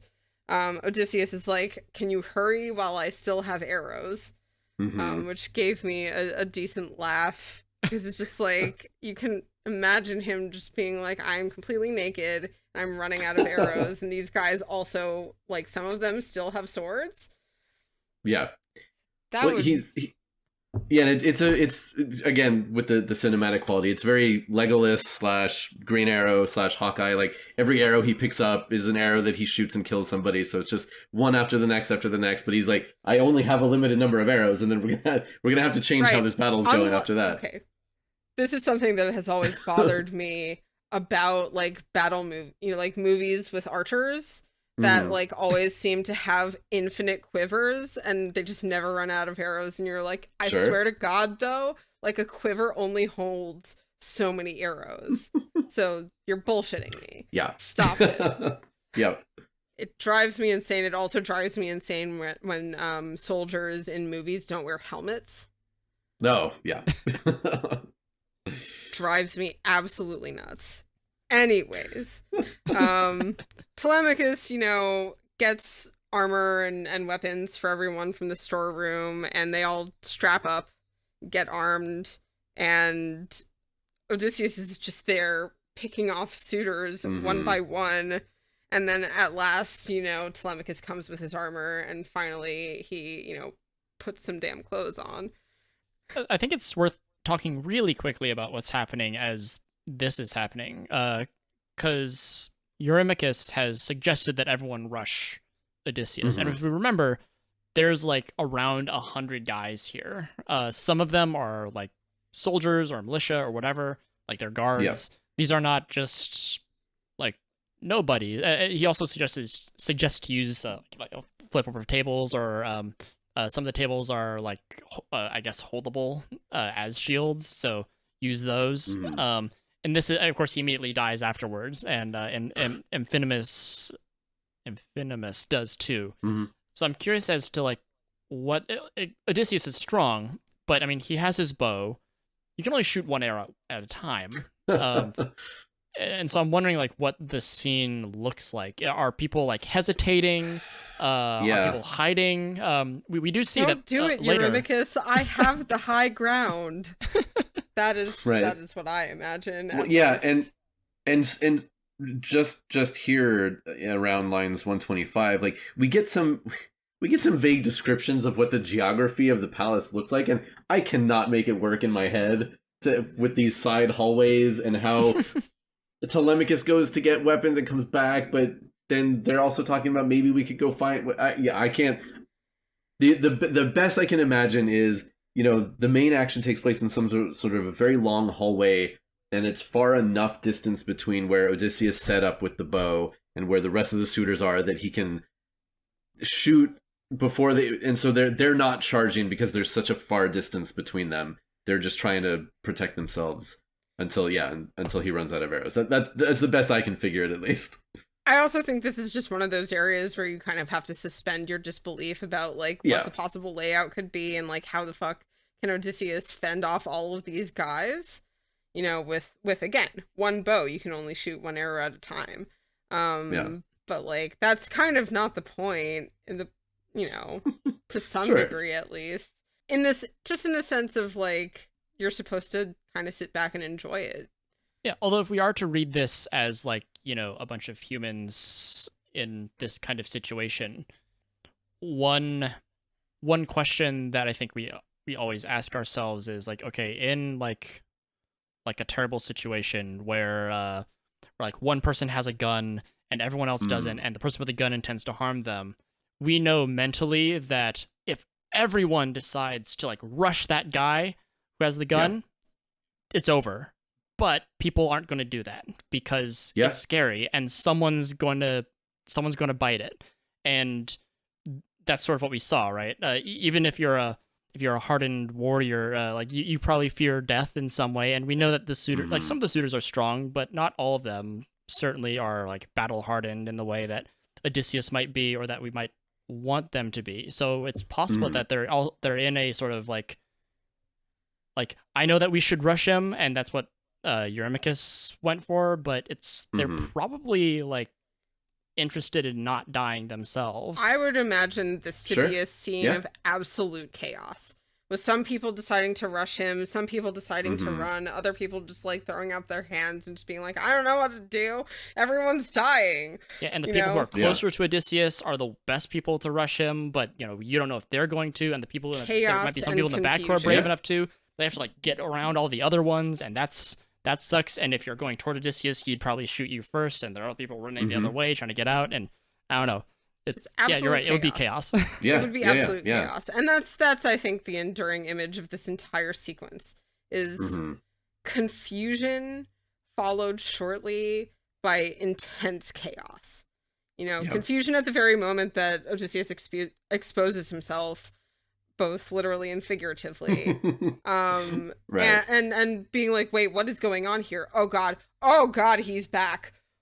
And then just we've referenced Carnage, Community several times on this, and this reminds me of the episode Remedial Chaos Theory, when Troy goes to get the pizza and like all this shit happens, and Troy comes back into the room, like Jeff is swinging a towel set on fire, Annie is like tending to Pierce who's been shot in the leg, and Troy just looks at the troll doll with fire behind it, and he's like, why? It's very much that kind of a mood where like you walk into the room and you're just like, oh my god. Yeah. Much like what seems to potentially be happening in your house right now, Scott. Which, children are gonna be children. What are you gonna do? I hope your children are okay. I'm sure they're fine. Hopefully they'll quiet down. That's quite all right. But yeah, so back to the chaos. So Odysseus has Eumaeus like guard this passageway that has only one exit so that the suitors are not able to get out. they somehow find a way to get Melanthius over to the storeroom where he figures the weapons have been hidden, because like they're all like, oh crap, we have, you know, all the weapons are gone. And Melanthius makes one trip and manages to get like a dozen or so, you know, pieces of armor and spears and stuff, and gets it back to the suitors. And then Odysseus sees this and has like this moment of like, I think what is an even stronger fury that he may have had before. Because in the Emily Lee Wilson, this is around line 150. And I first, you know, when I read this the first time after so long, I was like, oh, he's nervous. No, he's not nervous. He is shaking with like anger and rage. What it says here is, Odysseus could see that they had arms. Their spears were brandished. His heart stopped. His legs trembled. He was so shocked at their presumption. And then he calls out, you know, one of the women, or Melanthius, is waging war against us in my house. Well, it's possible it's a bit of column A and a bit of column B, right? You get your fear response could be anger. Totally. Absolutely. Right? And I mean, I don't know if this is like, I don't know if fear is named in the Greek. But like someone's heart stopping and their limbs trembling feels like a nervous response, like your heart getting into your throat, and a sort of it's colored by a disbelief. So the translation that I was reading, it says, then the knees of Odysseus went slack and the heart within him. And I'm looking up, it looks like the verb there is luo, which is, I mean, a lot of these things have a bunch of different definitions, but to be unbound, unfastened, unyoked, unharnessed. So yeah, it's basically it's I mean, it's literally a loosening. I think this is the moment where he goes Super Saiyan. Like, I kind of think it is. This is just the moment where he's like out, you know, like everything else that has happened, and now this shit. Like, my own slaves are waging war against me? No, sir. Well, if I mean, there's obviously anger in the response, which prefaces what will happen to Melanthius later, which is like he'll get body parts chopped off, and it won't be pretty for him. And it's not good. I find it odd that both Odysseus and Telemachus, let's say one of the women or Melanthius, is waging war against us. Like, it's such a, like, the women is such a generalization, and Melanthius is so specific. It's like, it's not one of the slave boys or one of the goat herds or whatever. It's like, or whatever it is. He's a goat herd. Or something like that. It's like Melanthius specifically. Like, he knows it's him, but on the other hand, like, he includes like one of the female slaves, or like the female slaves as a whole, potentially some of them, or one of them in that grouping. It just feels odd. Was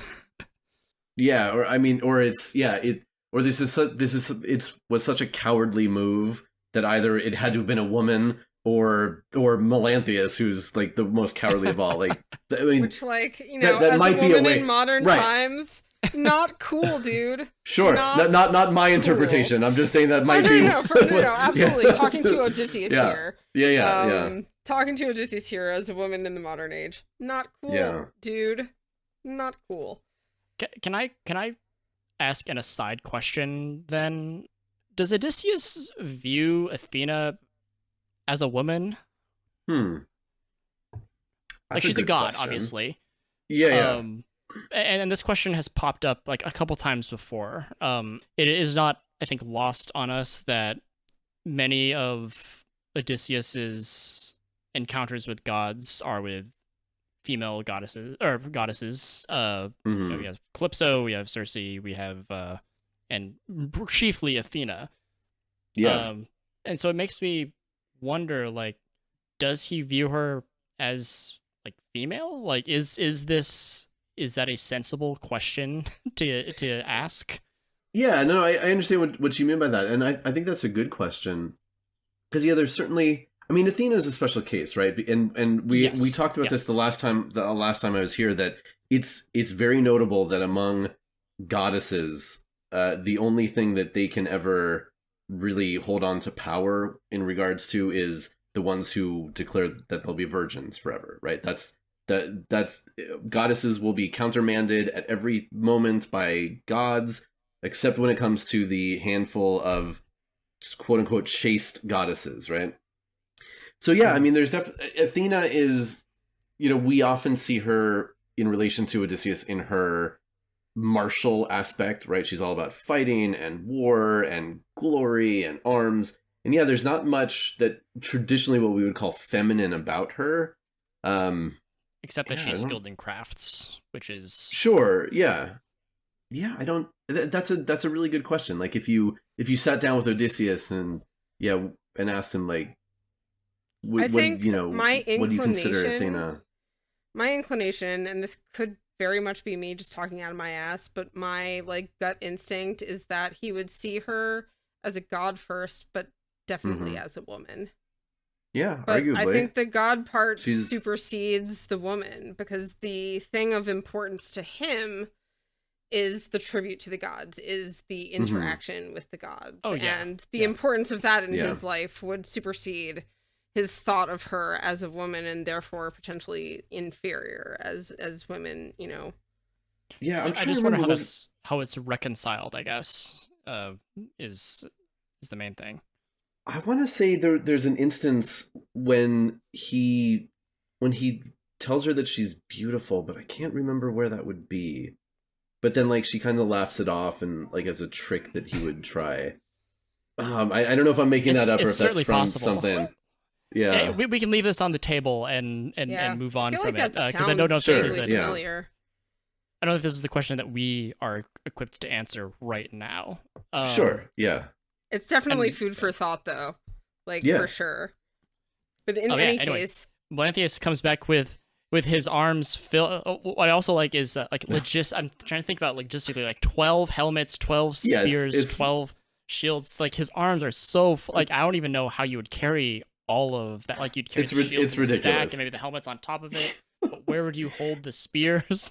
Even Telemachus bringing like half of that is ridiculous. Like, how are you balancing all of these things like a waiter in a movie?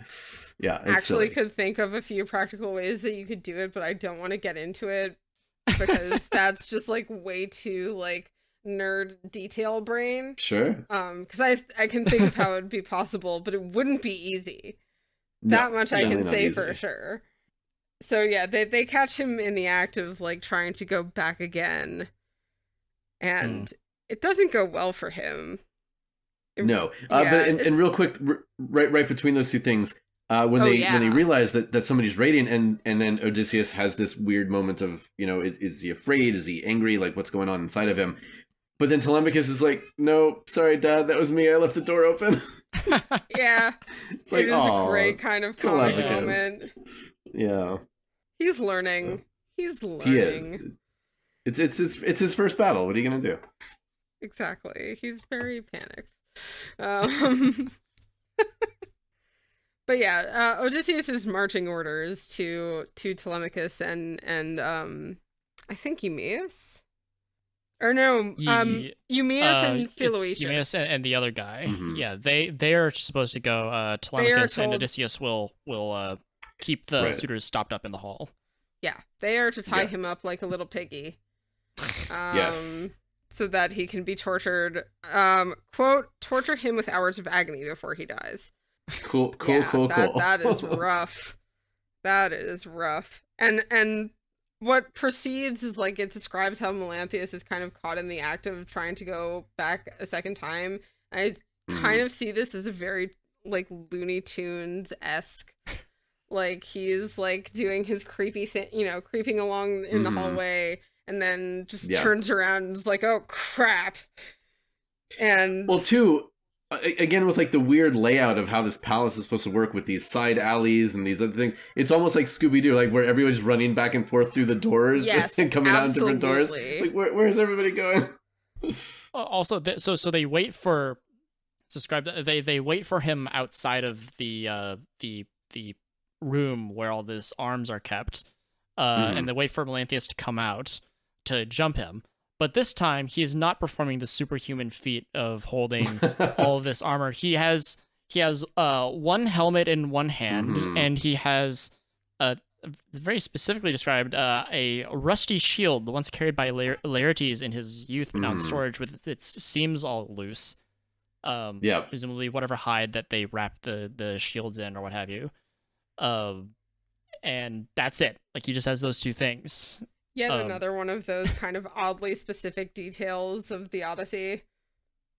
Yeah, I don't know. Yeah. Well, because didn't earlier they started to move some of the arms and the armor out, so there wouldn't be as much available when the fighting started. So I don't know if maybe they've depleted what's left in the storehouse at this point. So that's why there's only a couple things left for him to grab. I'm not entirely sure. I thought that Telemachus had moved weapons from the dining hall into some out separate of the area. So this would be where it was kept, which is why Telemachus apologized for leaving the door open. Oh, okay. Yeah, that makes sense too. At least I think that's what happened. It's possible I am also confused. I think you both are kind of both right. So what I think it is it's described that Telemachus goes to hide all the weapons in the storeroom. And then in preparation, like when Odysseus gives him the signal, he goes to retrieve some of those armor and weapons and shit so that they can all armor up and suit up. Yeah. And in his haste to come back, he leaves the... Okay, yeah. And in his haste to come back, he leaves the door open. Melanthius spots this, takes the first batch of a bunch of stuff out to the suitors, and then comes back, and there's probably not a whole lot left. And then this is one of my favorite moments, because this is the moment that Eumaeus gets to mock him after he was all, like, bitchy to Odysseus. And this, I really love this, because this is, like, Eumaeus's, like, small bit of personal revenge of, like, having seen this interaction go down at the very beginning when old man Odysseus is making his way up to the palace. And then finally he gets to say, I love the phrasing of this that Emily Wilson used too. I wonder what it's like in the Lattimore, so you can tell me, Scott. But sure. Keep watch the whole night through, Melanthius, tucked up in this soft bed. It serves you right. And wait there for the golden throne of dawn leaving the sea, that hour when you would lead your goats to this house for the suitors' dinner. Yeah, good stuff. Yeah, here it's now the whole night long, Melanthius, you shall keep watch wakefully, laid as you deserve to rest on a soft bed, well aware of the young dawn throned in gold as she rises. Yeah, so it's a little bit clunkier, but yeah, same basic idea. That's just so great. Like, and you can just imagine... Lattimore puts adherence to the Greek over wonderful phrasing. Mm-hmm. At least in my experience, having read his, I've read a couple books of the Lattimore translation of the Iliad. Mm-hmm. Yeah. Eumaeus's taunting also reminds me of Idomeneus, when he makes a sort of play on word. I also never know, like, one thing I don't know about the Figgles version of the Iliad is what is something that he's kind of added for fun, and sure, and what how close it doesn't seem like it happens too often. There was one instance where he added like Hypnos tossing and turning for one of the graces, and Dr. Daniel revealed that was an addition phrase by Fagles. yeah, but Eumaeus saying, "Oh, keep watch," in a sort of like funny, ironic way. When Idomeneus killed someone who was some daughter of Priam, and after he's killed him, he says, "Oh, I'll drag you back, and I can introduce you to one of our girls. You'll find them not so killing." And it's so dumb. I don't know if that's it's funny. I think it's so funny. And this is one of those things where it's like they're just cracking jokes and cracking wise in the midst of these difficult high octane times. Yep. Yeah. Definitely, it's punny. Or not, maybe not punny, but like it's play on wordy. It's dad humor is what it is. Yeah. There's like definitely dad humor. Yeah, these aren't a bunch of I mean, I guess these are probably they're dads and dad-aged people, so it makes sense. It totally makes sense. And this is also the moment right after this happens, and maybe not poor Melanthius is left to keep watch, quote unquote. That Athena now comes to them in the guise of mentor once again. Of course, Odysseus knows that this is Athena. Yeah. Yeah, but he's playing along though. He's like, "Yes, mentor, thank you for being here. Help me." He's doing air quotes. "Thank you, mentor." Thanks, mentor. Well, as someone who's spent so much time in disguise, I feel like he would respect. He has a new respect for people who are disguised. People who are disguised usually want to not be recognized as who they are, but who they're presenting, right? So, like, it's a very respectful move for Odysseus to not say, "Oh, hey, Athena," and she's wearing her mentor mask. It's like, right. Yeah, and then of course. Well, and then immediately one of the suitors stands up, like, "Mentor, don't side with Odysseus. We're gonna kill you too." Right. Dummies. I love the way that he comes back and he's just like, when we kill Odysseus and his son, but we'll kill you too. It'll totally happen. That's how things are gonna go, right? Right? Yeah. So you better side with us, mentor, human person. Definitely not a goddess. Mentor. Yeah, and of course, she speaks. She scolds Odysseus to rouse his anger, and then she even says, like, "Watch, I'm gonna go and watch me go and attack them," and then she doesn't. Well, not only does she not, but she turns into a swallow and flies up in the raptor, like in the rafters to watch. Which, what?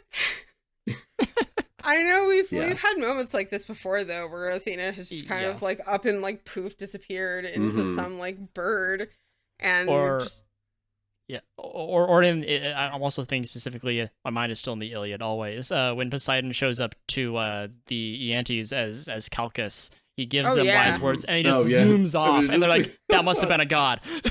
Right? Yeah, very, very subtle. In this case. Although, I will say, like, she doesn't just watch from the rafters, because she also starts fucking with the suitors. And, like, making all of their attacks on Odysseus fail. They, are throwing spears. All of this fails. And it's interesting to me that this is the moment where it says, like, Odysseus had waited long enough. Because we're already very much in the thick of things. Yeah, for sure. And also too, like, we're getting into the part that's more like traditional battle descriptions of this side throwing spears, then this side throwing spears. Yeah. And we're even given the names of the people they killed. So I can't remember if I mentioned it in your episode or not. But one notable difference between the Odyssey and the Iliad is that we're not given the name. Like, we don't know everyone who died. Right. But now that we're in the thick of sort of a little battle thing, we're kind of in that mode again. We know who's throwing the spears. We know who gets shafted afterward. Yeah. So we get like this laundry list of people who are, throwing spears over and over, only to have them, thrown astray by Athena, and then they are swiftly killed. Yeah, although it is interesting. So the suitors throw 6 spears. Athena just magically waves them aside. Odysseus's team throws 4 spears, kills 4 suitors. The suitors throw back, and Athena turns most of them aside, but a couple of the home team gets flesh wounds that time. Yeah. Telemachus and Eumaeus gets scratched. Yeah, they're just minor flesh wounds, but yeah, exactly. But yeah, her waving them aside the second time didn't work quite as well as the first time. There's a lot going on, okay? A question for you, Scott. Have you heard of or read a book called Ilium by Dan Simmons? No, I don't think so.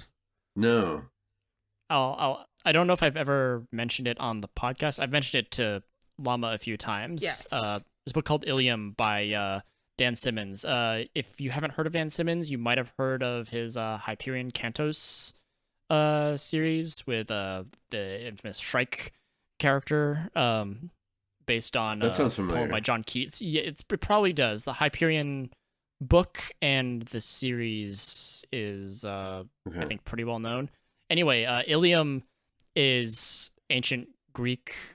It's like a full reenactment of. It includes a full reenactment of the Iliad, but the gods are using future technology. So like he renders those long speeches like when Athena is talking to Achilles as he's ready to draw his sword to kill Agamemnon as her stopping time.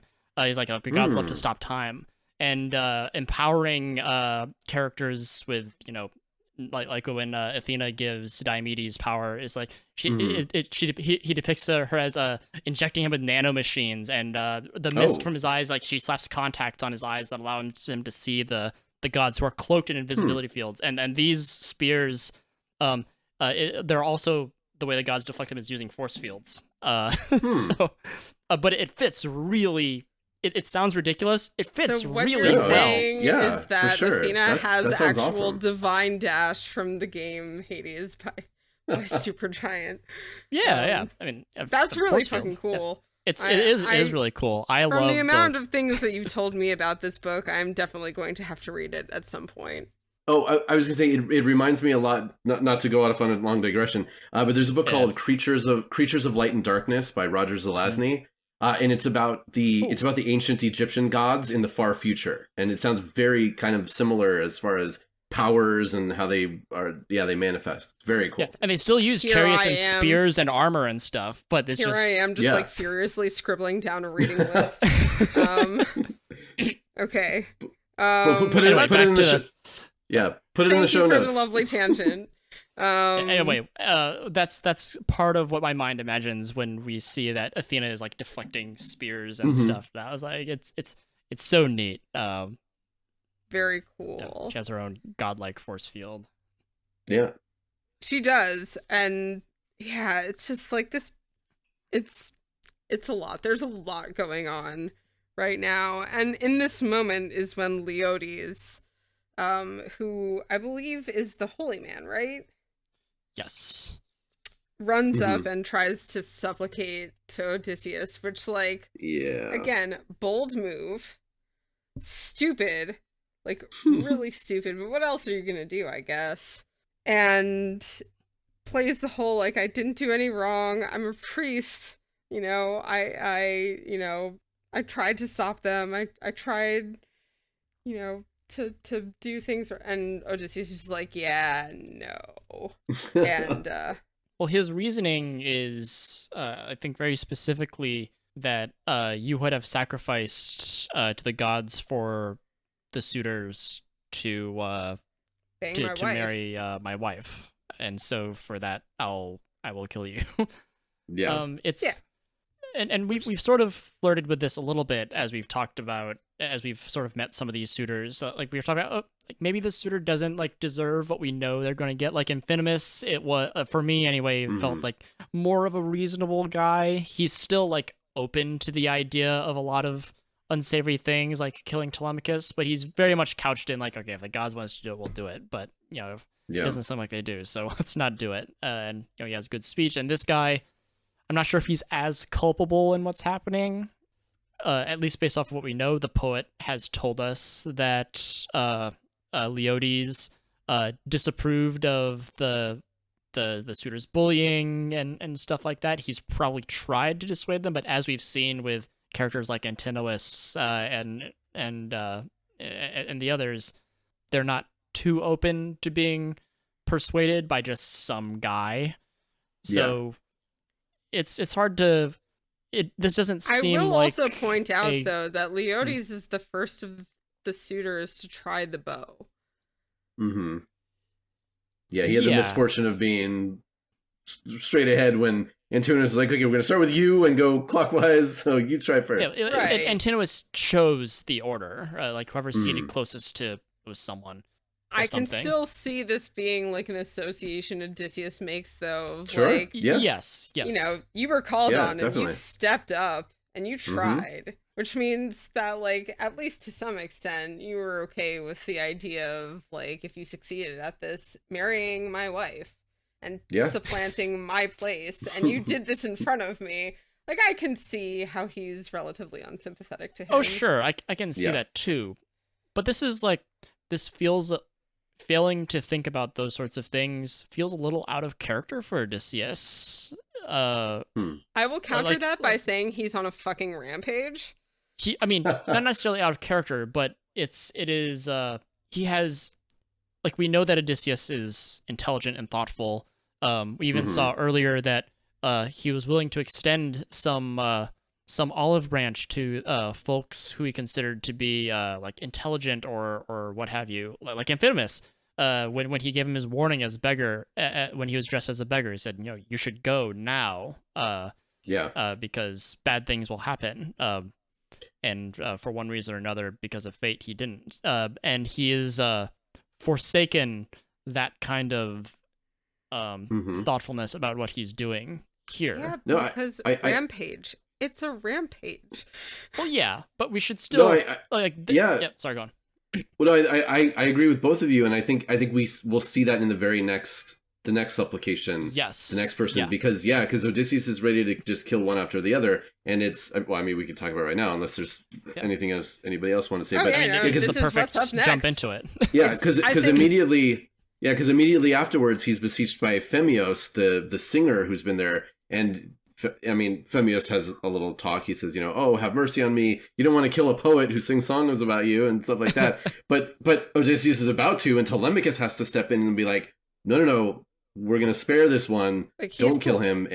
Yeah. So I think this is actually a really intentional juxtaposition of these two attempts at supplication, because like it's, I think, intended to show like how rampagey Odysseus is right now. In a lot of ways, it's intended to show that he's just like mowing them down, and and think about how many times Athena has goaded him into a further and further state of anger and rage, and intentionally done so that he can like stomach what he has to do in essence. And I don't think he has to stomach it. I don't think he's doing this with any kind of reluctance. I don't necessarily mean in the sense of like reluctance. I just mean in the sense of like, it is not easy to kill like hundreds of people. It just isn't. So like, you still have to stomach it, even if the reasoning is valid and you believe in that. Like, it just still takes a lot. I haven't personally done this. Like, I haven't killed hundreds of people, but I would imagine that it takes like a lot to kill, 100 suitors, even if you are in justified rage. Well, what I think we're asked to engage with is the question of how justified is Odysseus here now that he's doing this. Like, we can clearly see that, like, he starts with Antinous. Antinous had it coming. He was plotting to murder Telemachus. He's super mean. He is super inhospitable in like all the worst ways. But I don't know if the poet had a greater claim to living than Leodes. We know that we know at least one thing about Leodes, which is that he at least had some kind of a moral or behavioral disagreement with the other suitors, and he is unique in this scenario, in this situation. The poet describes him as being like the only one who really disapproved of the bullying. So it's possible that he has a similar claim to living as the poet. And just to bring up what you mentioned at the start, Scott, the Eurymachus's offer to pay for the damages is to some degree like reasonable, and which is not to say that I think that he deserves to get out scot-free. Having just paid like some monetary price. Like, obviously, what's been lost here is a little bit more than monetary. I was gonna say, I'm not sure that it is so reasonable. Well, reasonable as in that it's calculated. It's an attempt to give recompense. Calculated, I agree with. I'm not. Yeah, it's not just. I'm not sure I agree with reasonable there necessarily, because honestly, though, like, it's to me a very like half-assed attempt to cover his ass and trying to do what little he could potentially do to remedy the wrongs that he's done to Odysseus. Okay, yeah, I mean that's fair. Yeah, I mean reasonable in that it's a calculated way to try to pay for what they've used, and more on top of that. I'm not saying it's fair, but I'm saying it's an attempt at a non-violent, non-retributive justice accomplishment. Yeah. And again, to engage with it morally, we can say that like certain suitors, even certain groups of suitors, probably deserve what they're getting, but probably not all of them. And Odysseus will show his slaves some discretion, but he will not show that to. We have to also remember these are his fellow Ithacans. This was part of Eurymachus. This is part of Eurymachus's plea, I believe. Like have mercy on your people. He is their king, and they are his people, and some have certainly like I guess in a way like I mean we should establish like they are all at least culpable for sitting around in his house and eating his wealth, but it's obviously a little bit more than that. Odysseus is enraged at their intentions as well. If he was just enraged at the fact that they took his stuff, then he'd be more open to like accepting monetary compensation. But obviously it's a little bit more than that. You know, they've sought to steal from him, they've sought to murder, and they've plotted and schemed and all that stuff. And that's like the heart of why he's doing that. And if that's the heart of why he's doing that, then some of these kills are almost certainly unjustified, is what I'm getting at, I suppose.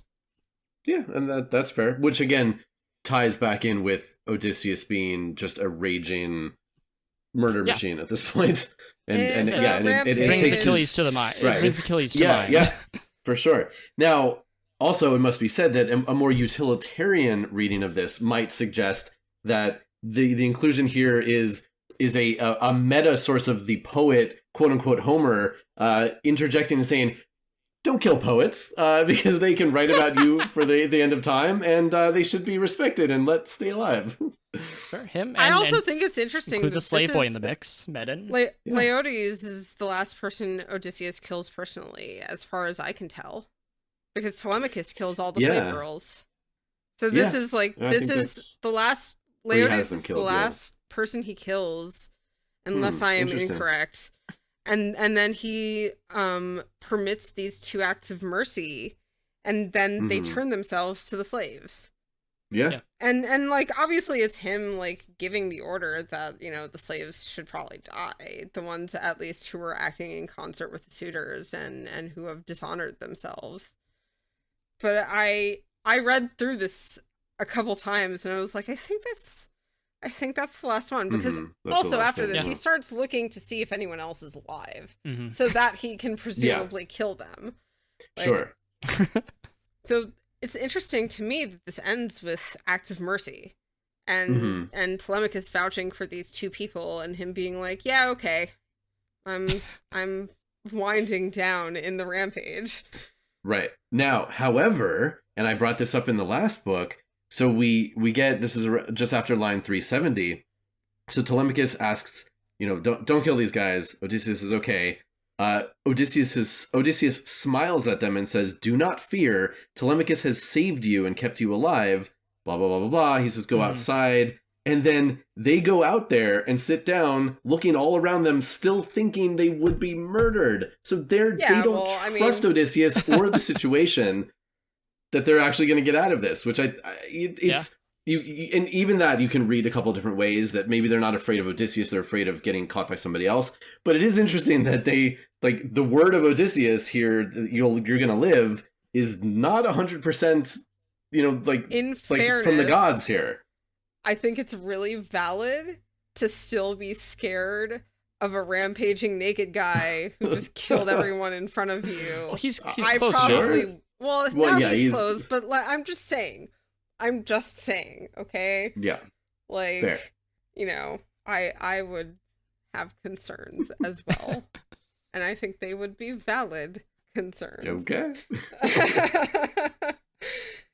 And it is at this point, and this, like, this, a lot of this book just makes me laugh because, like, it's just so absurd.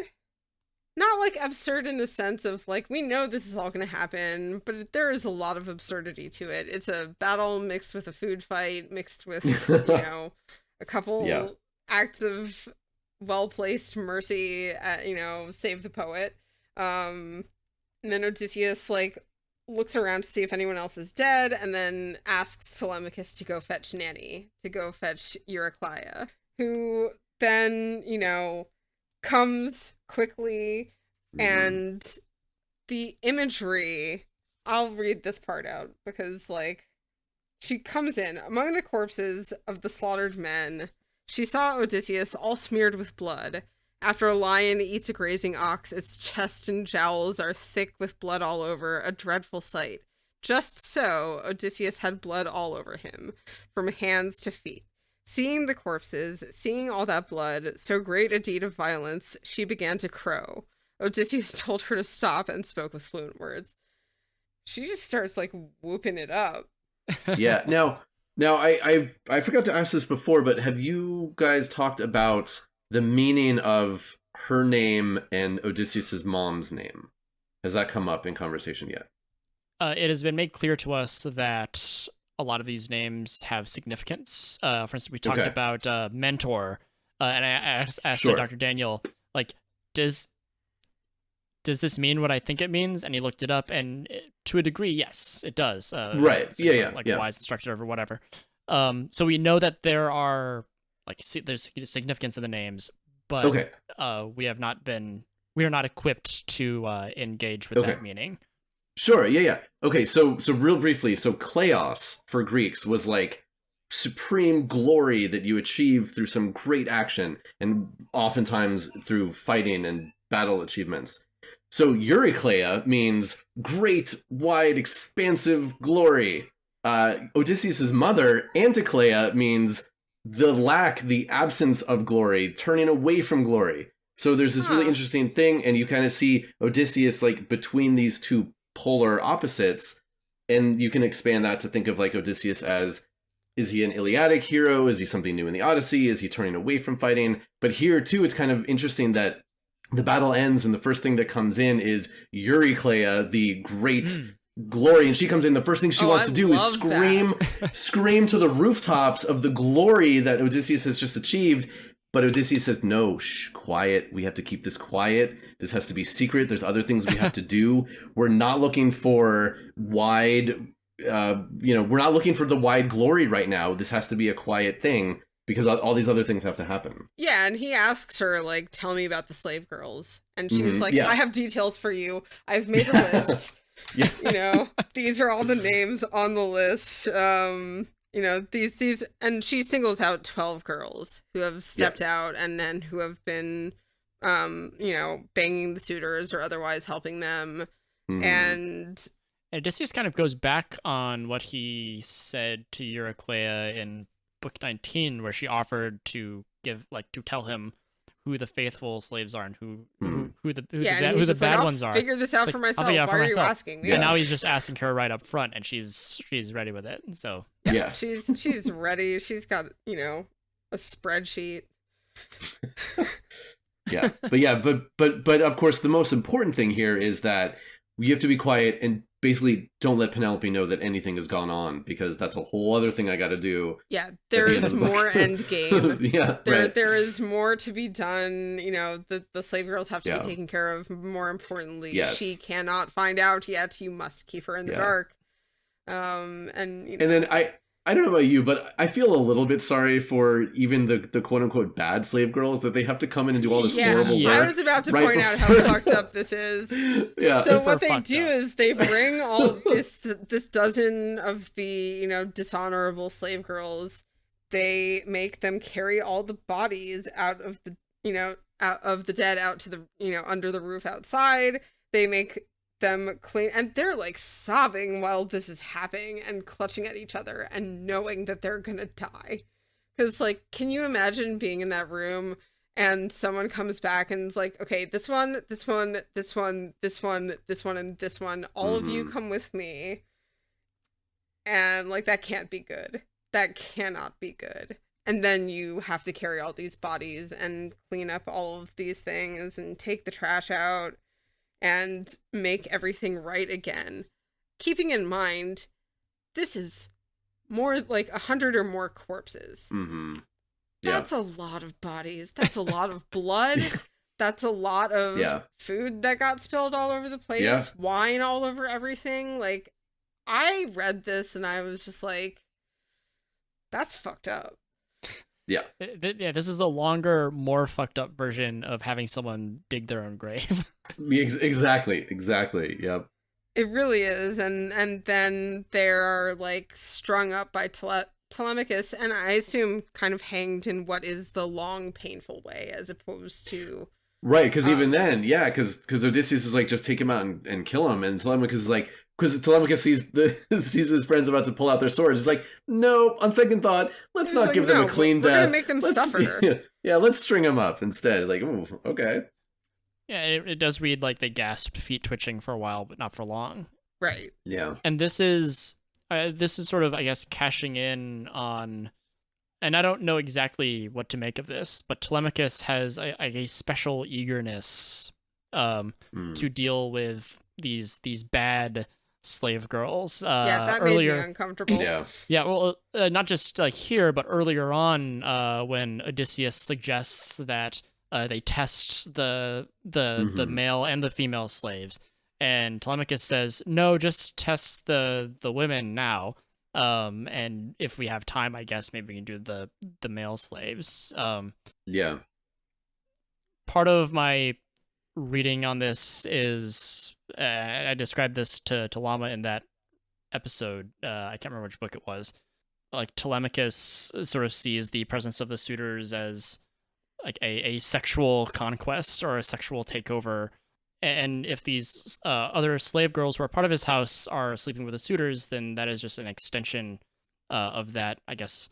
I mean, I feel like it's a pretty classic sum up of the way that men have historically reacted to emasculation and emasculating situations. Like, that's basically all I can say about it, aside from being kind of pissed about it because it's a little bit creepy and weird.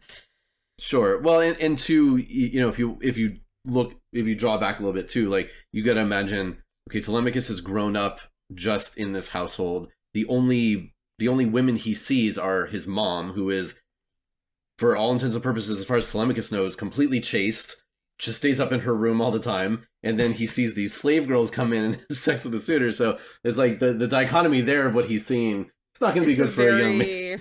Madonna horror complex kind of thing. It really is. I mean, I said that jokingly a little bit at first, and then I was like, no, the words that I just said are actually true.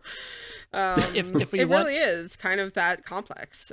Maybe if we want a different or an additional read on it, that's an interesting way of juxtaposing like how he engages or has experienced seeing women. It's also possible, I guess, in a way that these like seeing these people, these girls, I guess, enjoy what his mother just has no access to, is also a little like he sees as in poor taste. Kind of like how when Paris gets to have sex with Helen while his countrymen are fighting for his ability to have Helen and have sex with her, like on the ground. That kind of tastelessness might be read in that way by Telemachus. Maybe, I don't know. Possible. Yeah, certainly possible. But so they get painfully hanged. And they're not the last ones to die horribly. They're not the last ones to die, because then the gentlemen take our friend, or again, not our friend, Melanthius outside, and as promised, his ears, his nose, and his junk get cut off and fed to the dogs. Cool. Which I don't know what more I can say about this. We all knew it was coming. Yep. Unfortunately, he also probably knew it was coming, and ouchie. Yep. and this Odysseus then, like, I know too many crunchy people who like sage their house. Sure. And like do smudging, and so this was my first instinct to think of like when Odysseus then calls for like fire and sulfur in order to smoke out the house and like purify it, and I was just like, oh my god, he's smudging his house. Yep. After a massacre. It was just such a funny image of like hippie Odysseus. Yeah. I know this is not the context. I know very well that this is not the context in which this is done, but I just like, I mean, there's a little bit of that to it, right? Yeah, I mean, well, it's purification, both spiritually, but also to get rid of the smell too. That's also very true, but it does. I know in Emily Wilson's translation, it says like specifically, it is also, to purify the house. Yeah. So there's that aspect too. For sure. I just giggled a little bit because I was like, oh my god, it's like all the girls that I know who like sage and smudge their house, and they're like, it's good vibes. Yep, sure. Just for good vibes. And like, what more do you need after a massacre than some good vibes? Yeah, you gotta course correct. Yeah, you gotta make everything chill again. Man. Yeah. I mean, also, this is a nice symbolic final step in what Odysseus has been reaching for this whole time, right? Yeah, he wants to set his house as in order as it was. Interestingly enough, like when I think of it in the silly way that I just did, I think it actually makes me think of like how seriously this was taken in this context. Which is to say, yeah. I can kind of laugh about it and be like, oh my god, the people I know. But this is actually very serious, and I can imagine it being taken incredibly serious with Odysseus knowing what has just taken place, what are the possible repercussions of it, and feeling the need to actually cleanse his home and also to make it fully his again. He's killed all these people. He has rid his house of the rot that has been infesting it, basically. And now it is clean, and as Scott said, as things were, and back to its, true state, and he is the master of the house again. Yeah. It's really symbolic, actually. Yeah. And then, I mean, he's clearing house. He's cleaning house. He's one thing after the next. Yeah, he's repairing, replacing, and the next will be Penelope.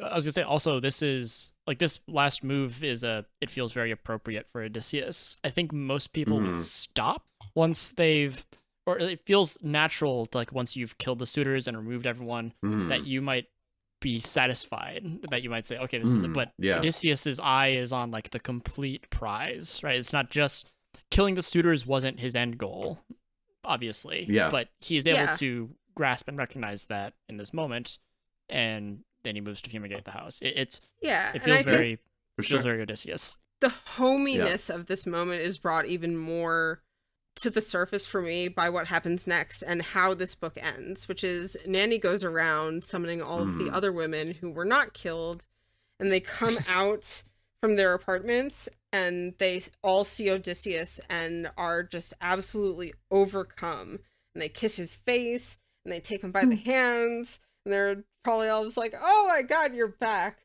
and and it ends, and I love how Emily Wilson rendered this, and I wonder, Scott, you can tell us what Lattimore had put this as, but the last line of the book is, he was seized by sweet desire to weep, and in his heart he knew them all.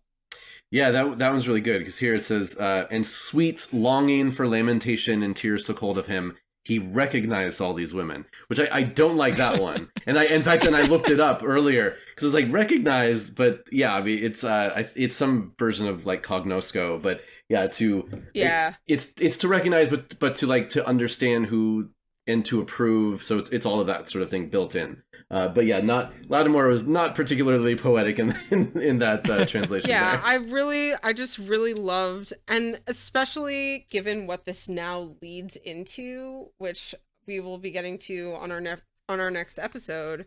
But we can Our kind ultimate of hint episode. Our ultimate, yeah, this is our penultimate episode. That's wild. But given what this leads into and the true dance that occurs after this in Odysseus and Penelope truly knowing each other again, I just love the way that Emily Wilson rendered the last line of this book. It really suits, I hope that it really suits the Greek, but I also just think it really suits the mood at the end of this book leading into the next book. I could not think of like a more perfect ending. I think that line was one of those moments that like really blew my mind about the Odyssey. It's a small detail, maybe, but like I just find it really poignant and important almost. He's home. Yeah. The Odyssey has really come out for me in these last 4 books. Yeah, it all comes together very nicely, and Dr. Emily Wilson's rendering is it's just really spectacular. Nice. Yeah, I'm definitely interested to read different translations of this after this, but I have a feeling that, like, again, I've said that I will be rereading the Iliad, much like I do Lord of the Rings, probably not to the same extent because, we all have one true love. Sure. Look, I love Lord of the Rings. I really love it. It's just that series for me. But I will definitely be coming back and re-experiencing the Iliad and the Odyssey. And I have a feeling that Emily Wilson's is a translation that I will probably end up coming back to repeatedly just because I have been stunned at the way that she like works the words in contrast to what admittedly are kind of hazy reminiscences, about what I read before because I can't remember it, but it definitely didn't feel like this. It felt a lot more, I guess, like technical or just there was less pathos in it almost. Yeah, and there's definitely been some really interesting evolutions and ebbs and flows as far as scholarship in doing these kinds of translations. Do you try to get them to be, accurate to what each word means? Do you try to get the placement of the words in the line? Do you try to get the feeling of it? And each one will give you a totally different, well, not totally different, but a very different translation, very different feel. And it's not to say that any of them are wrong. It's just whatever resonates with you. Yeah, absolutely. So that is where book 22 leaves us. And I want to thank you once again, Scott, for coming on. This was another fantastic time talking about these 2 books. And I would love to give you also the opportunity to plug anything if you've got something to plug. Speaking of books. Yeah. First of all, thank you so much for having me back. This was just like the previous time. This was a blast. I love it. I love talking about all of this stuff. If you're interested in hearing more from me in any way, shape, or form, you can find me on all the social medias at Norse Meat. Norse like Viking, meat like food you put in your mouth, Norse meat. And I do have a book out. It's called Naming Your Little Geek. It's available online everywhere books are sold and in some bookstores. And technically it's a baby name book, but it is really the ultimate guide for geeks to name anything in their lives. If you're naming pets, your car, your computer, or role-playing game characters, a lot of people use it for. So yeah, check that out. I may well dip into that for some roleplay characters. And cool. Obviously we will include all relevant links wherever you are listening to this episode. And yeah, so thank you once again, Scott. And anyone have any final thoughts? I can't wait to hear what you guys talk about with the last 2 chapters. Definitely. None that I won't reserve for none that you will subject us to currently. I'm kidding. I love hearing your thoughts. My mind is thronging with thoughts, but that was a word choice. I will not bring any of them buzzing out. This is where I think we will leave this episode, and leave Dr. Daniel to chime in if he has anything to chime in about, which I can only imagine that he does. So with that, we will leave you with Dr. Daniel.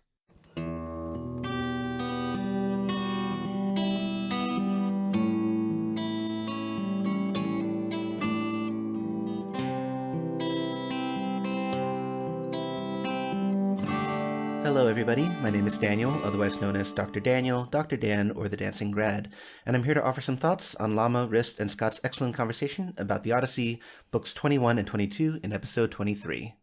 First of all, in book 21, there arose a question as to the logistics of this contest to see who could string Odysseus' bow and shoot an arrow through 12 axes. The axe in question is, in ancient Greek, a pelikus, which specifically is a double-headed axe, so an axe that has two cleaving sides. If you do a Google image search for Greek pelikus, P-E-L-E-K-Y-S, you'll see an image of what this axe actually looks like.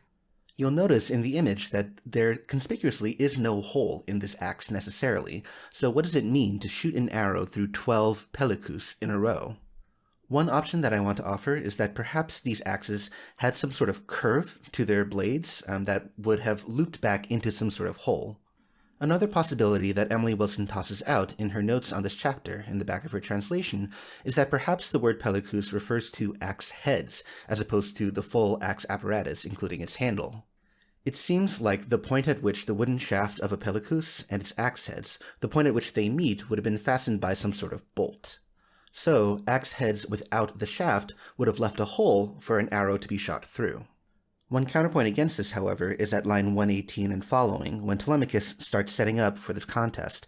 Quote from Emily Wilson's translation, "He stood up straight and tall, tossed off his purple cloak, unstrapped his sword, and dug a trench to set the axes up, all in a line, and trod the earth down flat." The digging of a trench implies that it's some sort of apparatus to hold these axe heads up, such that the axe heads are not simply lying on the ground and you're trying to shoot an arrow along the ground. The most logical conclusion, then, is that these axe heads actually do rest upon their shafts. Moreover, the word pelikus isn't used to describe the shape of an axe head until very, very late in Greek literature, in the Anthologia Palatina. So the logistics of the contest are rather unclear, but what is not unclear, however, is the difficulty of the task being set before the suitors. Stringing a bow in ancient Greece was an extremely arduous task. A bow without its string was basically a long, robust, powerful chunk of wood. The bow would draw its strength from both the tension of the wood as you bent it and the tightness of the bowstring that held its two ends together. So a lot of physical force was needed for those two tasks, to bend a very stiff piece of wood and to hold it in that shape as you drew a very tight bowstring from one end to the other.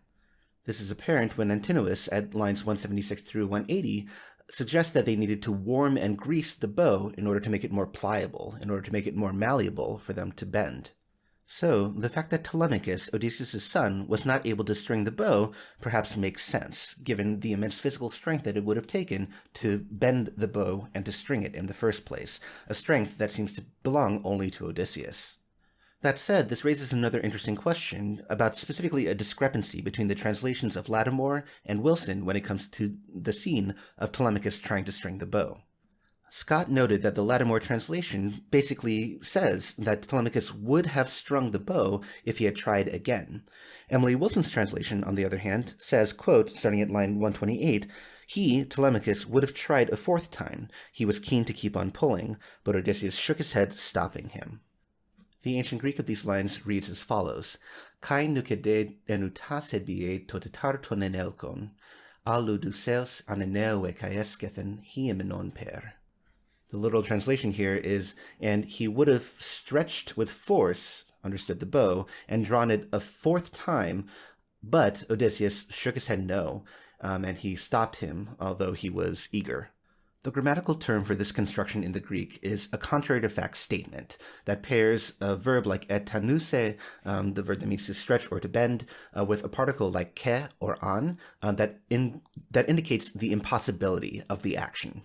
Basically, Telemachus would have tried to bend the bow again, but Odysseus stopped him, so it didn't actually take place in real life.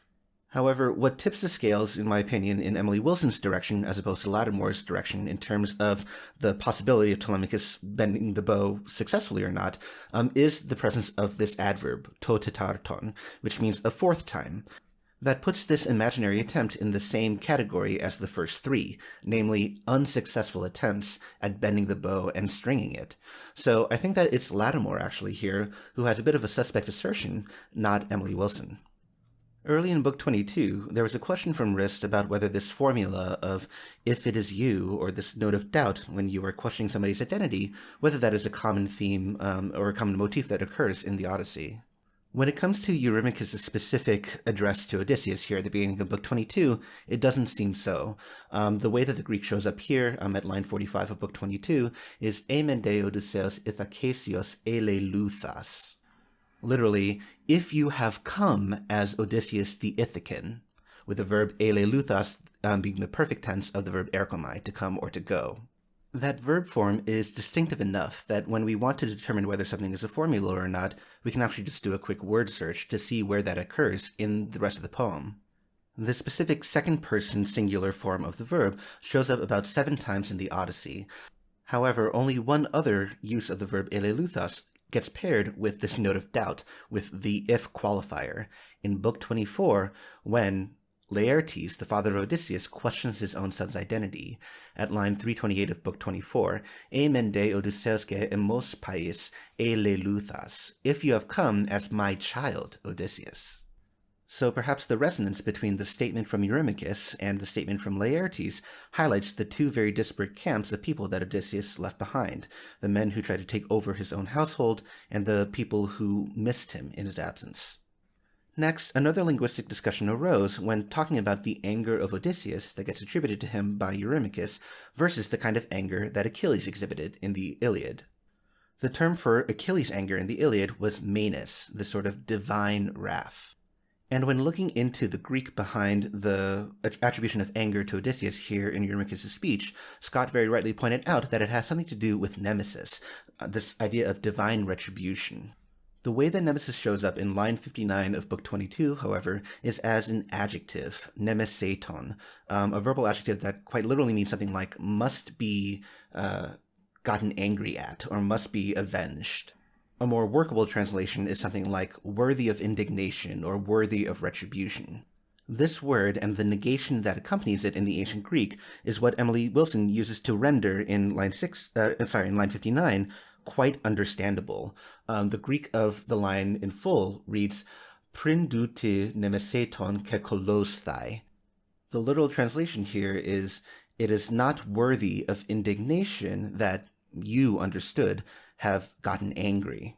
So the uti nemeseton part takes care of the quite understandable of line 59 of Wilson's translation, but the anger part actually comes from the infinitive at the end of the line, kekolosthai, which is a perfect tense middle voice infinitive that means to have gotten angry or to have become angry. The verb in question derives from the Greek noun kolos, which indicates a different kind of anger than the menis of Achilles. Kolos seems to be more generic in terms of being an anger term, and something that could even be quite ephemeral, as opposed to menis, which seems to be a lot more long-lasting. Two quick references, if you want to learn about all the different anger terms that are used in the Iliad and the Odyssey. There are two free-to-peruse books on the Center for Hellenic Studies website. First of all, Thomas R. Walsh's 2005 book, Fighting Words and Feuding Words, Anger and the Homeric Poems, and Leonard Muller's 1996 book, The Anger of Achilles, Menis in Greek Epic. Those two books are available for free on the Center for Hellenic Studies website if you just Google those authors and their titles, and they can tell you a lot more about the difference between menis and kolos and how they show up in the Greek epics a lot better than I could. Finally, I want to touch on one of the final scenes of Book 22, the horrific episode of the execution of the slave women that puts Odysseus and Telemachus in a quite unforgiving and ruthless light. Odysseus has Eurycleia inform him of which of the slave women have been unfaithful to his household by sleeping with the suitors and cavorting with them, and Eurycleia points out 12 out of the 50. Odysseus then instructs Telemachus to have those 12 women assist in the cleanup of the household before he then kills them with swords. Telemachus, however, says at around line 462 or so, quote, "I refuse to grant these girls a clean death, since they poured down shame on me and mother when they lay beside the suitors." So instead of killing them with swords, he actually hangs them in the courtyard. There are 2 points that I want to make about this. First of all, there are clearly unsympathetic slave figures that were clearly unfaithful to the household and, in fact, actively damaging to Odysseus and his memory. For example, slaves like Melanthius and Melantho. However, the fact that these 12 women are unnamed leads us to the question of how complicit are all 12 of these women who are executed? When we think about the power dynamics between slave women and these suitors who have basically assumed the role of the master in the household, how much say did they actually have in their interactions with the suitors? Were they willingly going along with them to sleep with them, or were they forced to sleep with them? And if they didn't really have agency in this situation, should they necessarily have been punished in this very cruel and heartless way? Another point to bring up as well is the translator's role in influencing our perception as the audience of these women's complicity or lack thereof. Wilson translates the last line of Telemachus' speech as "when they lay beside the suitors" to refer to the slave women. This renders the ancient Greek exactly, which reads "parte menestresin iauon," when they, as they slept beside the suitors. Wilson translates this very neutrally to render the Greek as accurately as possible, but her predecessors didn't necessarily view that as their primary concern. In fact, they imported some ideals that are not there in the Greek at all. This is something that Wilson catalogs in a tweet thread from 2018 on International Women's Day, wherein she looked at this specific episode in her and others' translations. She wrote, and I'm paraphrasing and editorializing here a little bit freely to give some context to her tweet, "Many translations import misogynistic language when it isn't there in the Greek. In Fagel's best-selling version, he translates the line that we just talked about, when they lay beside the suitors, as 'you sluts, the suitors' whores.' Lombardo translates it as sluts. Lattimore translates it as creatures. Fitzgerald translates it as sluts. And, direct quote here, Pope's is the best. Nightly prostitutes to shame." So, and I'm speaking in my own voice here, these translators import ideals that influence the way that we read this episode, and specifically the way that we receive these characters of the slave women, and how complicit they are in their actions. A charitable reading will view this as an extrapolation of the guilt that Eurycleia lays upon these 12 women in her address to Odysseus. However, if these slave women were coerced, or if the power dynamics of the suitors against them were used to the suitors' advantage, an uncharitable reading would be that this is victim blaming at its worst, an attempt to shift the onus of blame off of the suitors and onto the women that they brutalized. Whenever I teach the Odyssey or the Iliad or any ancient literature for that matter in translation, I always caution my students that there always has to be a healthy dose of skepticism when it comes to the source that you are reading, especially if you are reading through the intermediary of a translator who brings their own biases and the biases of their own time periods into their work. Anyway, that's about all I have, so I'm going to toss it back now to Llama and Wriste.